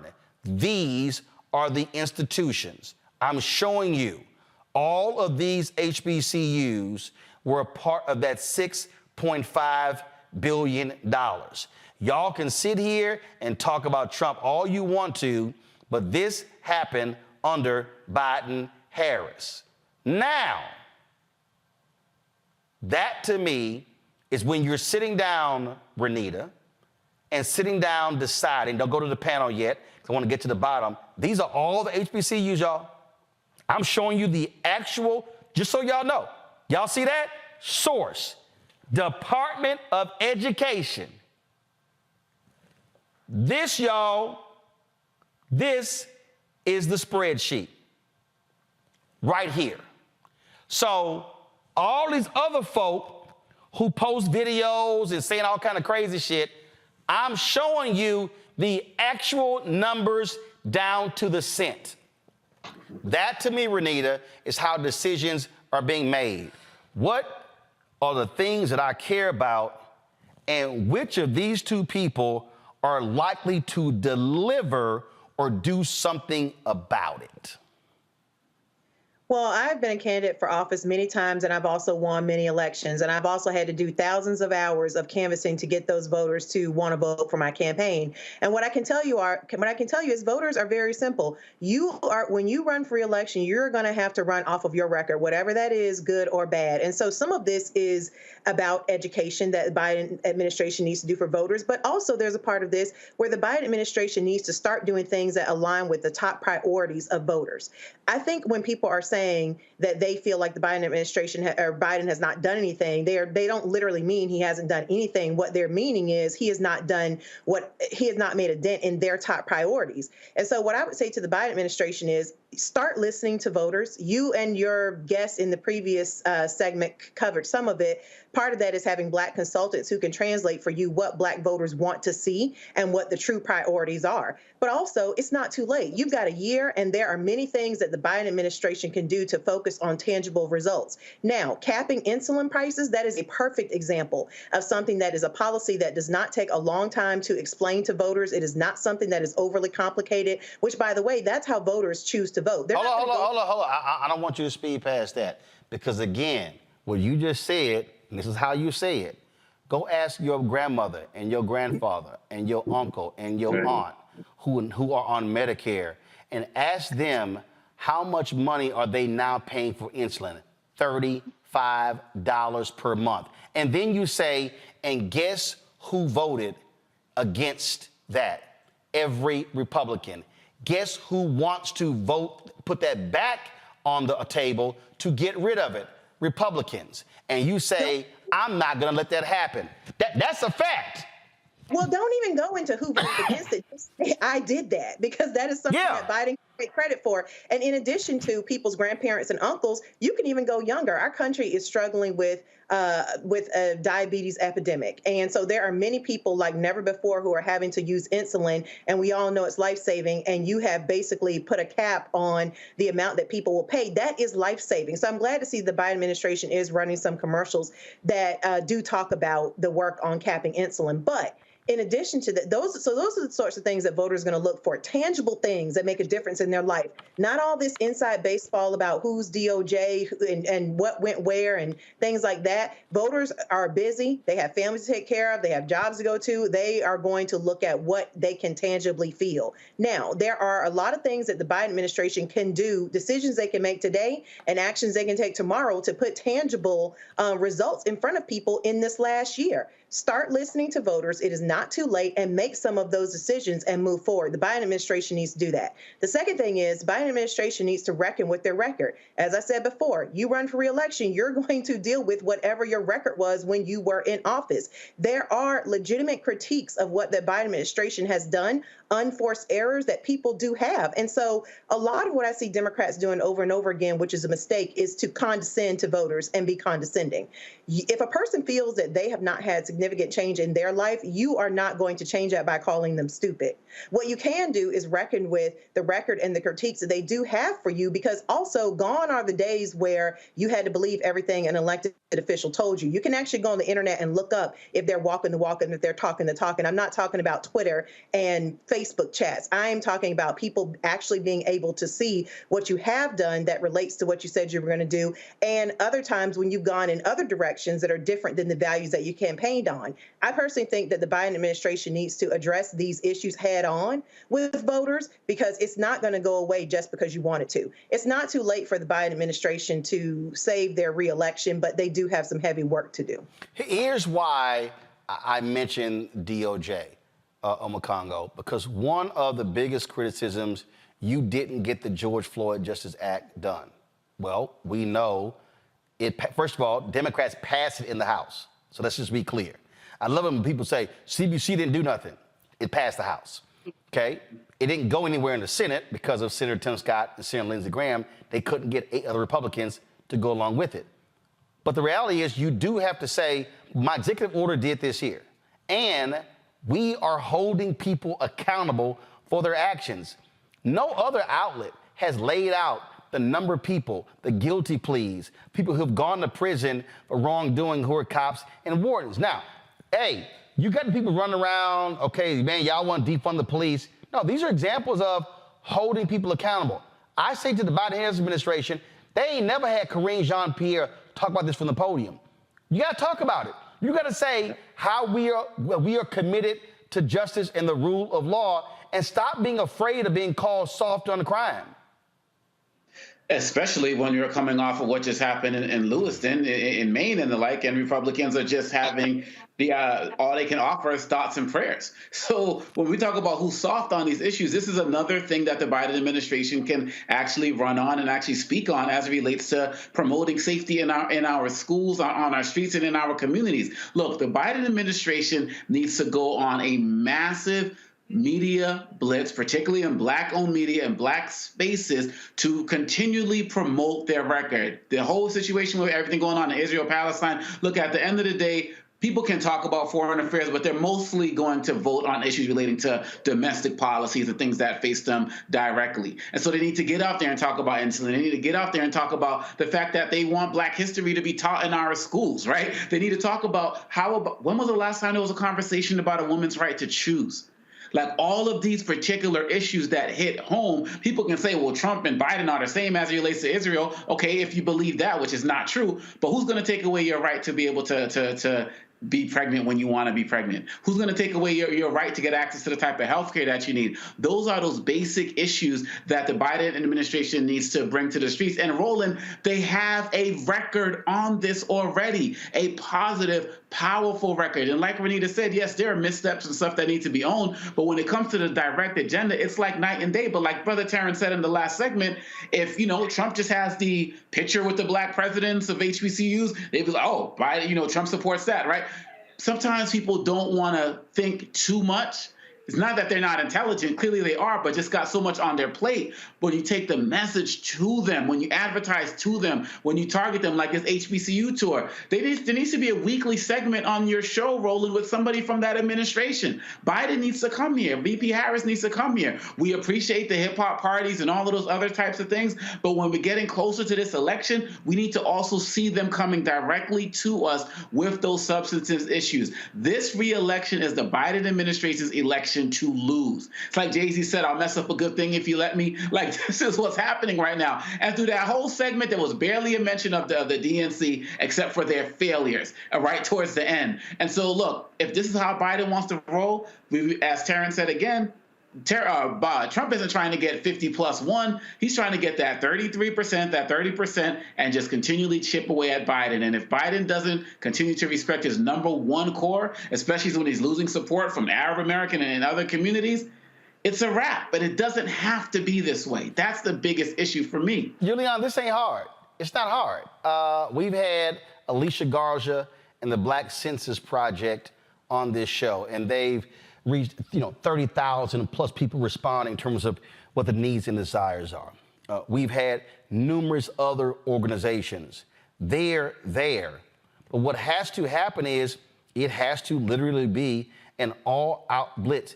This is a ground war. This is where you are trying to, it's just inch by inch. And I'm telling you, the reason I keep saying white Democratic consultants, because their strategy is we're going to raise several $1 billion and we're going to dump everything on TV. I'm telling you right now, that ain't going to do it. That ain't going to do it. That's not how you won Georgia. That's not how you won Arizona. That's not how you won those states. It's literally going to have to be a massive education initiative. What it also means is you're going to have to learn how to flood the zone. And I'm going to say this, and I don't care.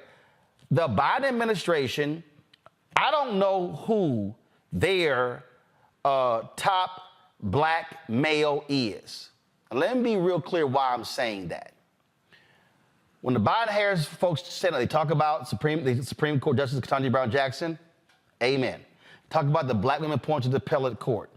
But I'm talking about if you're trying to figure out how do you reach black men, it kind of helps to send out African-American men who are in the administration to be talking about the issues. You got the highest ranking African-American in the Treasury Department. I don't think he's ever been on this show. Don't think so. And the fact that I can't even say his name on the top of my head, right there, we got a problem. And the reason I'm saying that is, this is now micro-targeting. You have to be sending out people talking about black economics.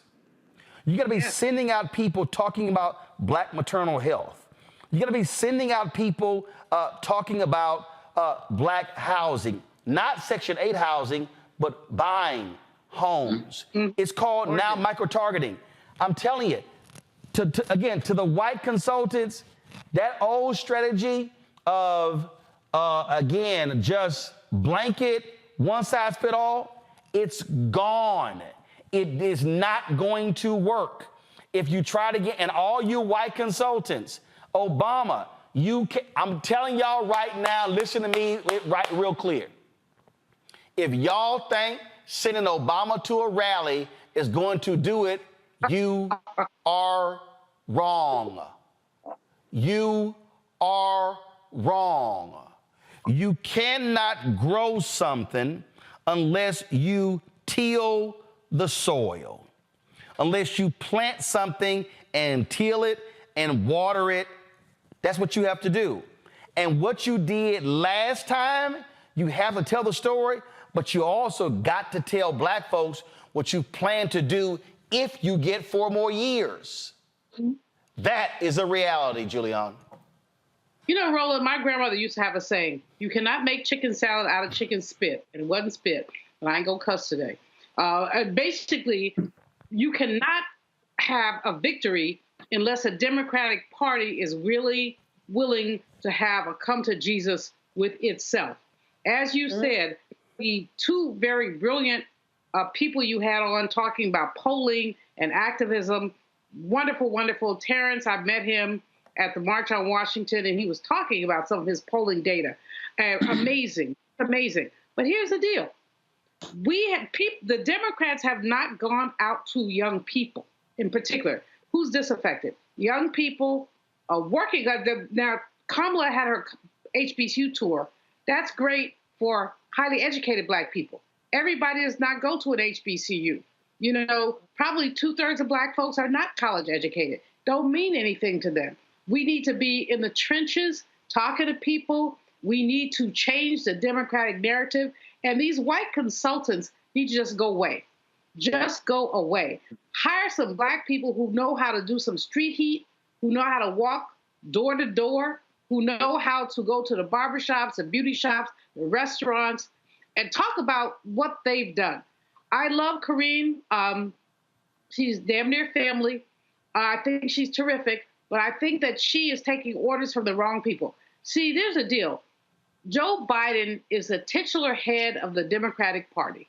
He tells the DNC what to do, and he has not told them what to do that basically deals with us. What he's done is let Jamie Harrison, who's a great guy, but I don't think he's on it, what he's done is just say, y'all do your thing. No, if you want to win this election, you, boo, do your thing. Brother Biden, you make some rules, you deal with some stuff. You know, it's fascinating, Roland, to look at what's going on. We're giving it away. We're giving it away. You know, Terrance's polls talk about 25% of black men will vote for the orange man today and 20% of black women. What y'all thinking? Well, what they're thinking is that they have not had the kind of connection that they need to move forward. Now, I frankly think that any black person who pulls a lever for the orange man has lost at least some portion of their mind. But as Renita says, that's not useful to say. What's useful to say is this is an administration, as you said, what do you care about insulin? We have 2.5 times the incidence of diabetes in our community. 2.5 times the incidence of diabetes. So you have all these black people who are benefiting from the insulin cap. We have what's happening with education. If that little man from the segregationist from Louisiana has his way, he's talking about cutting Title I by up to 80%. That affects our kids more than anybody else. Say that, somebody. Say that. Say this is why we need the Congress, because we don't need these unfettered fools attempting to take back what has already been established. There are so many small things that could be done by Democrats. But Democrats, I'm thinking about 2016, Roland. Democrats get too complacent. They have because I'm a ride or die Democrat, kind of, but we have all the tools, but we got this. Well, these polls are telling you You don't got this. Excuse my ebonics, but you don't got this. And if you don't do something different, we will be plunged into the depths of hell with a orange man presidency. And we know that. But young people, I mean, I told you earlier, told folks about these Palestinian kids that I ran into on the street in my neighborhood. And they're like, we will not vote for Biden again. And they were adamant. We were having very congenial conversation. And then their eyes got hard and their voices harsh. We will not vote for him again. He needs to go back and get them. Look, he has to go back and Kofa and get them. So here's the final comment before I go to the break, and I need people to understand, again, how I am seeing this. I could very easily, and I remember having this conversation in 2018. I was talking to a brother. He owns several businesses. And he said, I didn't vote for Trump, but man, I'll be honest, that tax cut has put about $500,000 in my pocket. I said, I get it. I said, but the question is this here. Is this about your pocket, or is it about black people being savagely destroyed left and right? Mm-hmm. And he said, what do you mean? I said, well, and we were talking about examples then, but I'm bringing it present day. How is it I could never, ever consider supporting Trump over Biden?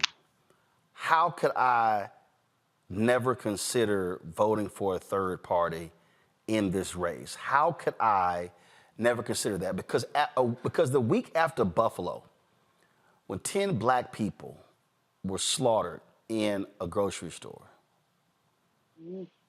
a bill was put forth on the floor that called out white nationalism, white supremacy. And every Republican voted against it. That part. Every Republican except one. There was a bill that was put forth on the floor of the House. And the goal was to get rid of racist extremists, neo-Nazis, and white supremacists in the military and law enforcement. And every Republican voted against it. Donald Trump had lunch with crazy-ass Kanye West and a white supremacist, a violent racist named Nick Fuentes in Mar-a-Lago. I can go on. I could talk about health care. I could talk about, as Julian just said, the cuts they want to make to education. All y'all sitting here, man, I ain't feeling this. Okay. What do you think is going to happen when massive cuts come to Pell Grants? Hello. We already have the highest student loan debt. Donald Trump and the Republican Party do not support student debt relief. Mm-hmm. Even though 3.5 million people have had student debt relief, and it's been $127 billion. So when I look at a multitude of issues, and I look at 9 nieces and 4 nephews, and I look at parents, dad's 76, mom be 76 in about 3 weeks, there is no way in the world I can legitimately say I am for black people and support a person and a party that is doing everything they can to decimate black people. Today's Republican Party supports Ed Blum and getting rid of affirmative action. Yes. It was 16 Republican attorneys generals the week after Supreme Court decision They sent to law firms saying your programs, your fellowship programs, they might be unconstitutional and illegal. They're targeting corporate America. They're targeting jobs programs. They're targeting HBCU initiatives. Every single initiative, they're targeting black venture capital funds, the Fearless Fund in Atlanta.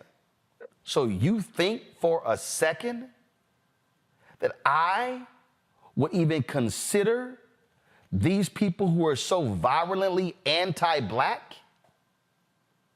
The same poll we're talking about, in that particular poll, white voters, white conservative voters said in the same poll, 58% of them said that blacks and other minorities were getting advantages because of their color.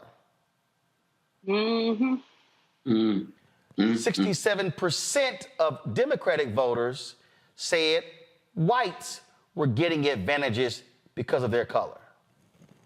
None but the truth. So you think for a second that I, as a black man, am going to be silent and watch these people want to take power to destroy everything that we died and fought for?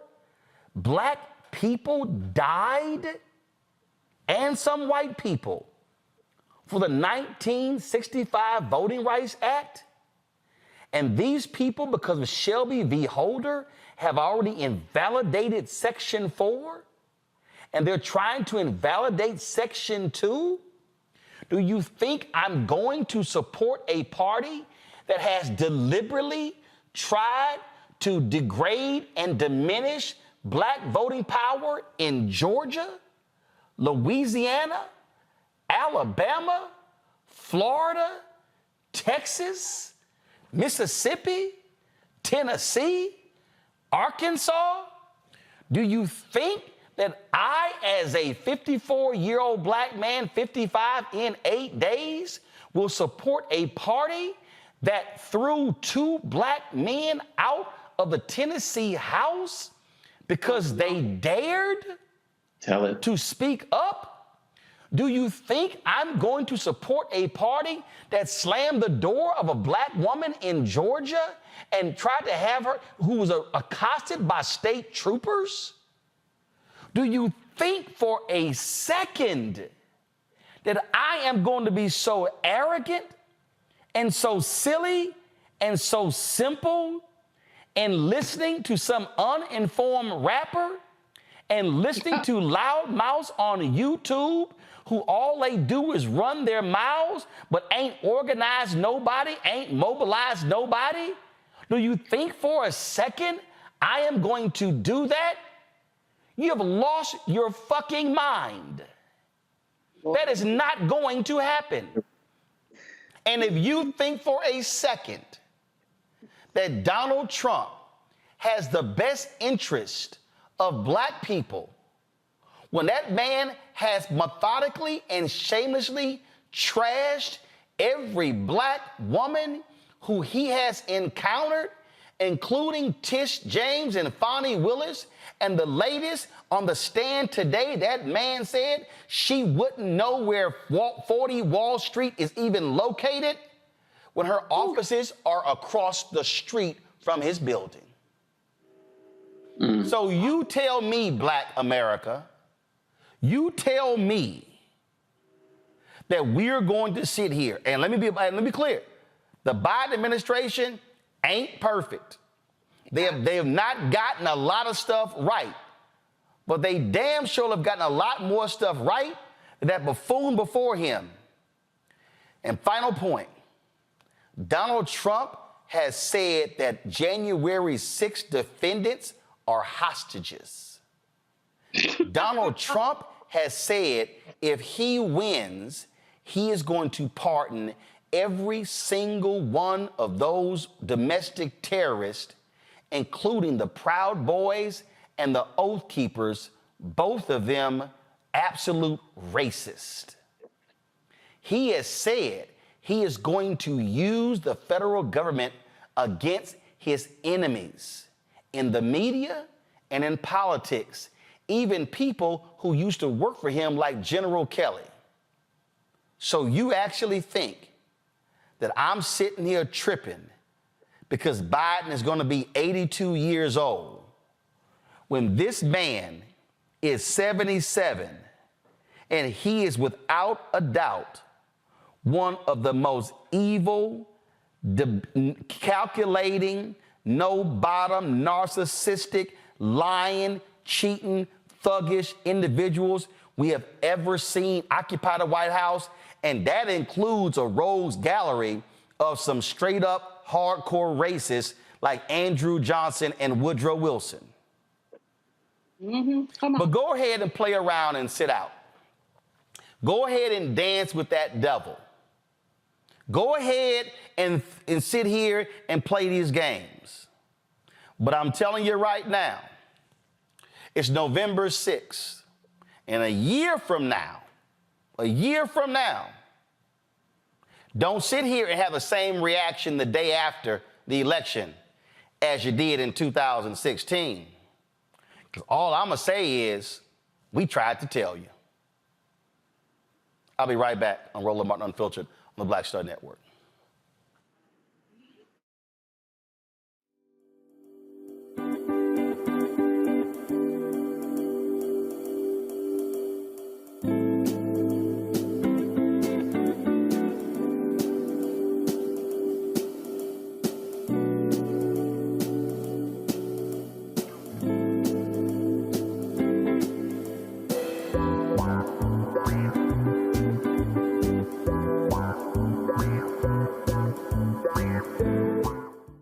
About blackness and what happens in black culture. We're about covering these things that matter to us, speaking to our issues and concerns. This is a genuine people-powered movement. There's a lot of stuff that we're not getting. You get it, and you spread the word. We wish to plead our own cause.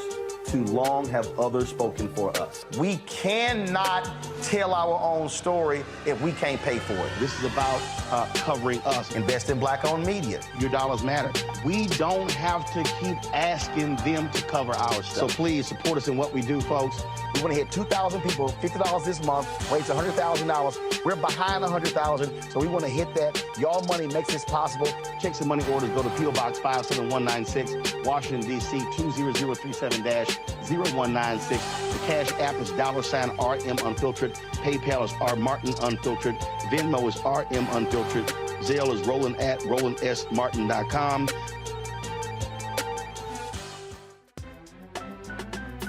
I'm Faraji Muhammad, live from LA.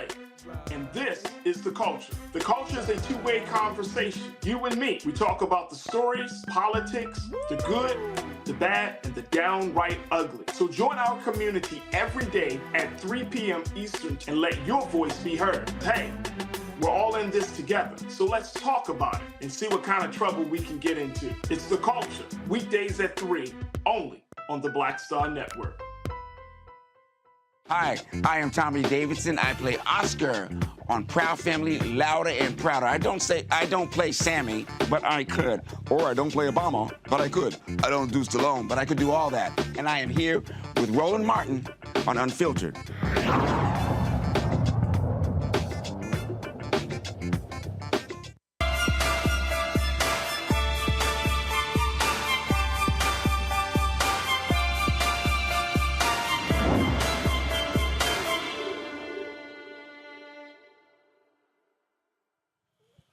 Americans are living longer. The 85-year-old and up population is expected to double over the next 20 years, making the need for senior care a vital conversation for families. Today, 41 million Americans are caregivers for seniors. Family members or friends provide long-term care, but are we entirely prepared to take on that responsibility? Not being prepared can have a physical, mental, and financial toll on many folks. Dr. Sylvia Perry is the founder of the Caregivers Movement. She joins us from Dallas. Glad to have you here. This is something that is very interesting. We grow up being raised by our parents, going to them for advice and counsel, and then there reaches a point where all of a sudden the roles reverse, where we are having to remind them about medicine, about food, about exercise, about all sorts of different things. It is hard for people when that shift happens, where the children, in essence, become the parents, and the parents, in essence, become the children. Yes, it is so hard. Thanks for having me today, Roland, to talk about this. It is National Family Caregivers Month, and the role of caregivers is ever expanding, and every day is a new journey. And just like you said, the roles reverse. And so many people are in that sandwich generation where they're caring for older loved ones and they're also caring for their children whilst trying to maintain a career. And that's not the archetype that we're used to of a caregiver. So a caregiver, 1 in 4 caregivers are millennials. The look of a caregiver is changing, and we need society to catch up with that. And, a lot of folks, when you talk about, financial, I remember, look, my parents retired early, so I think at 62. And I remember for me, I had to say, hey, I am not going to be paying for these things today because there are things that I'm going to have to be paying for down the road. There are financial decisions that we have to make today when it comes to travel and all sorts of different things along those lines, when it comes to the things that we want to be able to provide, amenities, you name it. But we have to think about, okay, but if that person continues living, how do we take care of that person? Where are they going to live? How are they going to live? I have the benefit of parents who still are mobile, who they're not in walkers and not in scooters and things like that. But when you start talking about somebody's health beginning to fail, there's all sorts of stuff you think about, and the last thing you want to do is, start thinking about the thousands and thousands and thousands of dollars that I spent on all kind of other stuff that I really need now to take care of them. It is definitely a balancing act, one that we didn't quite know to prepare for in such a major way. The cost of care in the United States has skyrocketed since pre-pandemic levels. So it's hard to plan. Even if you have a great career and are planning, it can still knock you off your feet. So we need society, government, corporations, everybody to step up to support caregivers, family caregivers. One of the highest turnover jobs is long-term care, people that take care of people in nursing homes and memory care centers, because the work is also not just financially taxing, but it is mentally taxing as well. Coordinating care not only for yourself and your family, but your loved one as well. It takes an emotional toll, and many times you'll see caregivers fall ill while they're taking care of someone else. And you've got to also deal with family. And you've got to, and this is hard for some folk, because we see this a lot in black families. Well, who's making the most money? You should be doing this. But reality is, it's all shared. When I was at the funeral for Johnny Gill's mother, remember Greg Mathis in his eulogy talked about how their mother did not go to any doctor's appointment by herself. One of those sons was always with her. And they had to sit here and talk about who's doing what, who's coming home. And so they had to work out rotations when it came to taking care of their mother. That's the stuff that folk don't think about. It's so true. It's so true. And I like to encourage people to have a plan and have a care team. We hope these days don't come, but we need to plan for them, especially with the world the way it is being. I don't like to use the word post-pandemic because COVID is still very much around, but in an endemic world.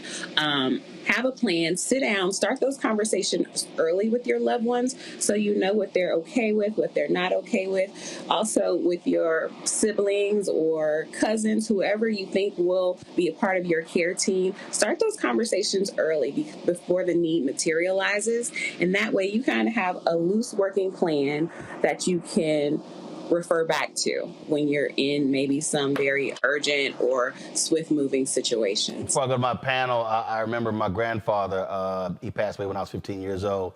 There was a family gathering, and he said, let me be perfectly clear.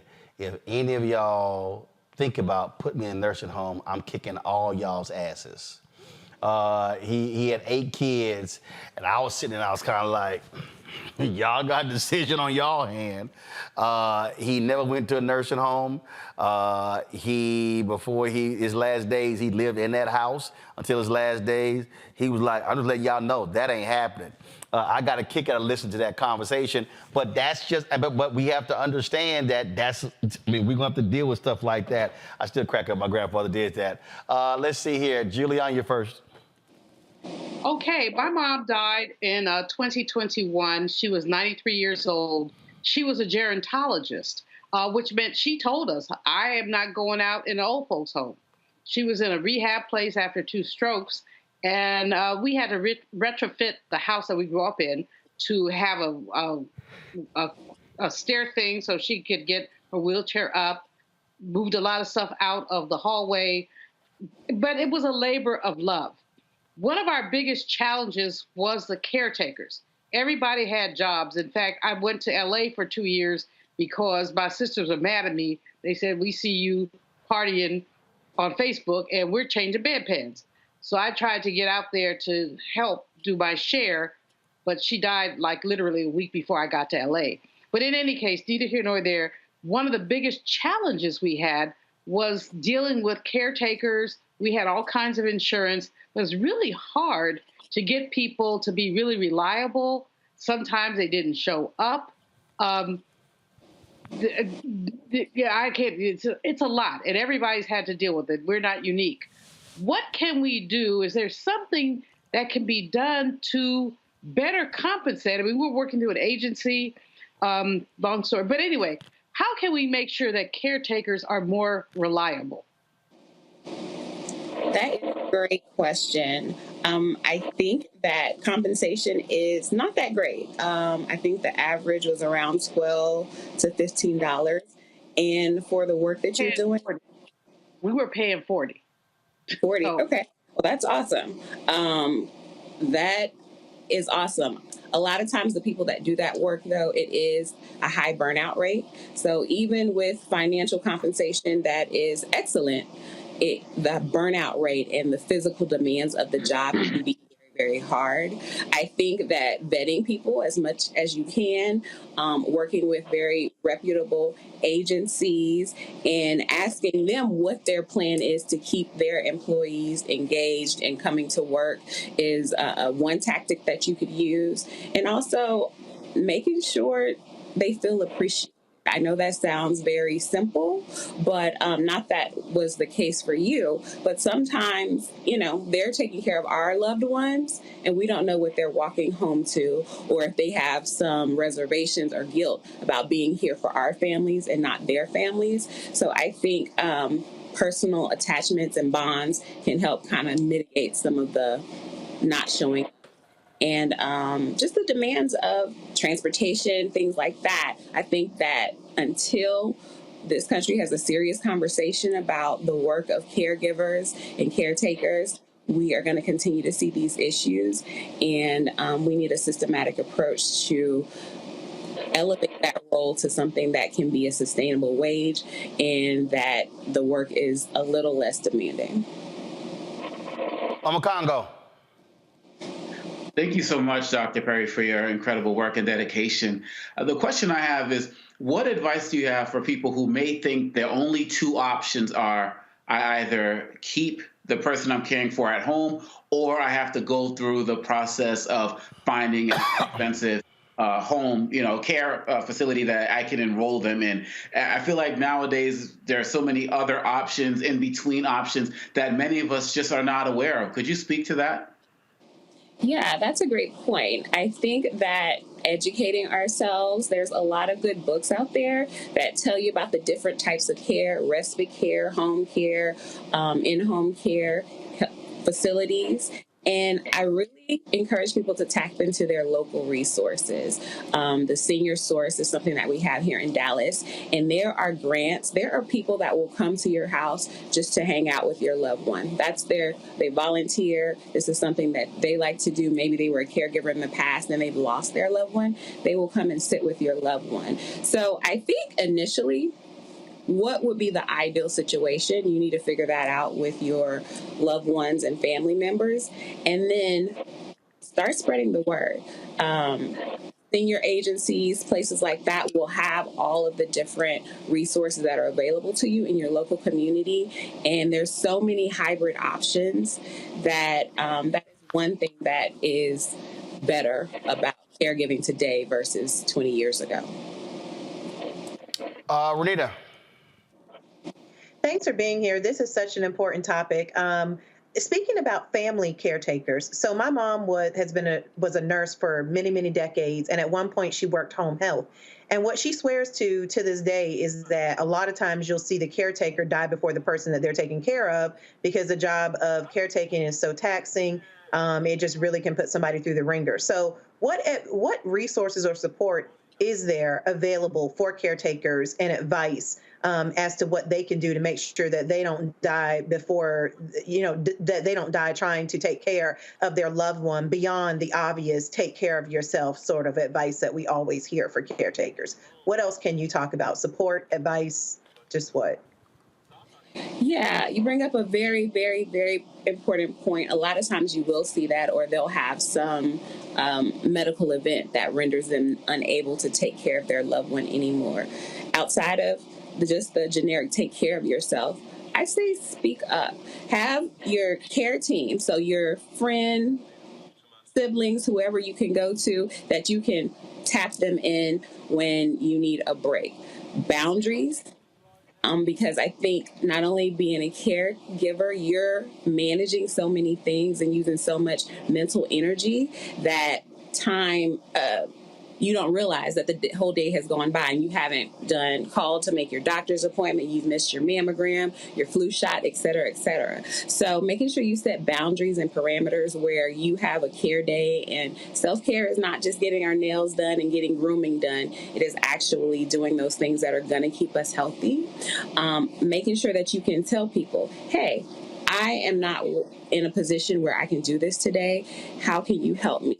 Can you go pick up the groceries? Hey, I put an order in. Can you do this? So asking people to be there for you in your personal community. Also making sure you have great relationships with your healthcare team. Every caregiver should be on a first name basis with their pharmacist and the person that they take care of, their pharmacist. I'm a pharmacist by trade, and we're the most accessible healthcare professionals. So in many regards, they can help you take some of that management piece away and help you manage both your medical situation with your loved one and yourself, and then also with your doctor. I would say if you're a caregiver, you need to let your doctor know that, because it's a very, very high stressful situation. And mental health professionals, I know that that's unfortunately still taboo in many spaces, but you have to get in to see someone, a therapist, a counselor, a psychiatrist, a psychologist. It is essential to you maintaining your mental health and also your physical health. Doc, how can people reach you for more information?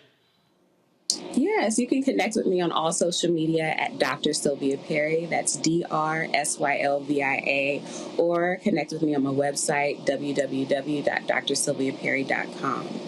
All right. We appreciate it. Thanks a lot. Thanks for having me. Folks, a final note, a Colorado jury acquits another officer in the Elijah McClain murder trial. After 2.5 weeks of testimony, the jury found Nathan Woodyard, the third Aurora police officer on trial for the 2019 death of Elijah McClain, innocent of reckless manslaughter. The trial focused on what had ultimately killed McClain, who was stopped walking home from a convenience store on August 24, 2019. He was reported to 911 as suspicious for wearing a black ski mask and listening to music. After the police stopped him, officers quickly became physical with McClain. Last month, a separate jury found one officer, Randy Rodema, guilty of criminally negligent homicide and third-degree assault. The other officer, Jason Rosenblatt, was acquitted of all charges.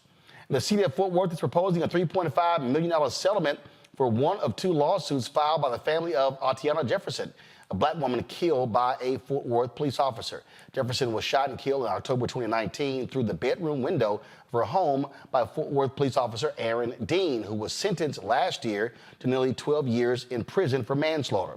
Fort Worth City Council members will vote on the settlement at a future undisclosed meeting.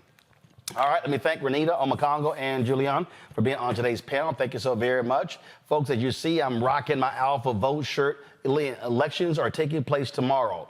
We need y'all out in Kentucky to defeat Daniel Cameron, who's running for governor. That's the black Republican who did nothing for Breonna Taylor. So Andy Beshear should be elected. Tate Reeves has done nothing for black folks in Jackson and Mississippi. And so please stand with Brandon Presley in that race as well. The black vote can be critical in both of those gubernatorial races. You've got Sheila Jackson Lee, Congresswoman, who's running for mayor of Houston. We need Houston to show up and show out as well, following the two successful terms Mayor Sylvester Turner. In Virginia, if Democrats flip 3 House seats, just 3, they'll get the first black Speaker of the House in Virginia history. And so go to our social media and look at those Virginia Democrats we've been telling you about. You've got ballot initiatives all over the country. You've got in Ohio, abortion is on the ballot. You've got a state Supreme Court race in Pennsylvania. You've got the city council races in Philadelphia. In a lot of the Dallas areas, you've got propositions on the ballot to fund school districts, raises for teachers, you name it. So a lot of things are happening all across the country. Please, folks, do me a favor. Find out if there is an election in your area. And if it is, and you're registered, vote. Use your power. Do not allow it to sit unused. I'll see you guys tomorrow from Dallas. I'm Roland Martin on the Black Star Network. Don't forget, support us in what we do. Your dollars make it possible for us to do what we do. The conversations that we have ain't happening everywhere else.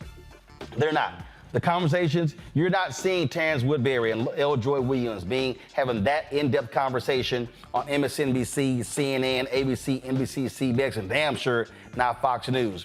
Other black-owned media ain't having the conversation. You don't see a daily show on TV One. You don't see it on BET. You don't see it on Revolt. You don't see it on any of these black-owned or black-targeted networks. Sure, the Grill, they've got 2 shows, 1 hour each, but nobody does 5 hours of original content every single day like the Black Star Network. I don't charge a subscription fee. Your contributions, our goal is to get 20,000 of our fans contributing on average $50 each. That's $4.19 a month, 13 cents a day. Trust me, if you can't do $50, that $1, $5, $10 absolutely matters when it comes to our travel, when it comes to our studio, paying our staff, our freelancers, all of that. We're down about $290,000 compared to last year, so we're short. We appreciate all of your support. So between now and the end of the year, let's close that gap because trust me, we want to go into 2024 ready to cover the critical issues that black people are facing all across this country. And we talk about the importance of black-owned media, but it's one thing to actually do it, to talk about it, but it's another thing to actually do it. We're doing it, but it has to be funded. And we're fighting a good fight to get those political dollars, fighting a good fight to get those advertising dollars. But they simply are not funding us the way they are white mainstream media. And so you can send your check and money order to P.O. Box 57196, Washington, D.C., 20037-0196. Cash App, $RM Unfiltered. PayPal, R Martin Unfiltered. Venmo is RM Unfiltered. Zelle, Roland at RolandSMartin.com. Roland at RolandMartinUnfiltered.com. All y'all folks on YouTube watching, hit the damn like button, okay? We should easily be at 1,000 likes while we're sitting at 997. Get it done.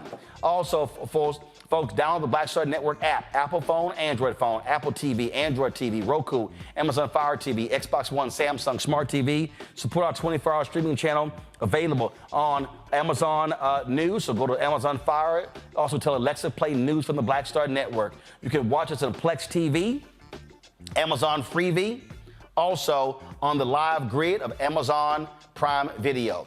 And be sure to get a copy of my book, White Fear, How the Browning of America is Making White Folks Lose Their Minds.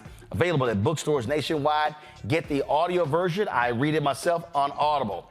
Again, folks, tomorrow is Election Day. I want to see y'all with those stickers and put it on social media saying, I voted. I want to see that stuff happen. And so I'll have mine because I'm flying back to Dallas. I got to get some work done, but I'll be casting my ballot as well.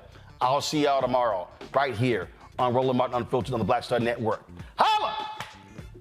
Folks, Black Star Network is here. Hold no punches. I'm real revolutionary right now. Black power. Support this man, Black Media. He makes sure that our stories are told. Thank you for being the voice of Black America, Roland. Stay black. I love y'all. All momentum we have now, we have to keep this going. The video looks phenomenal. See, this difference between Black Star Network and Black-owned media and something like CNN. You can't be Black-owned media and be scared. It's time to be smart. Bring your eyeballs home. You dig?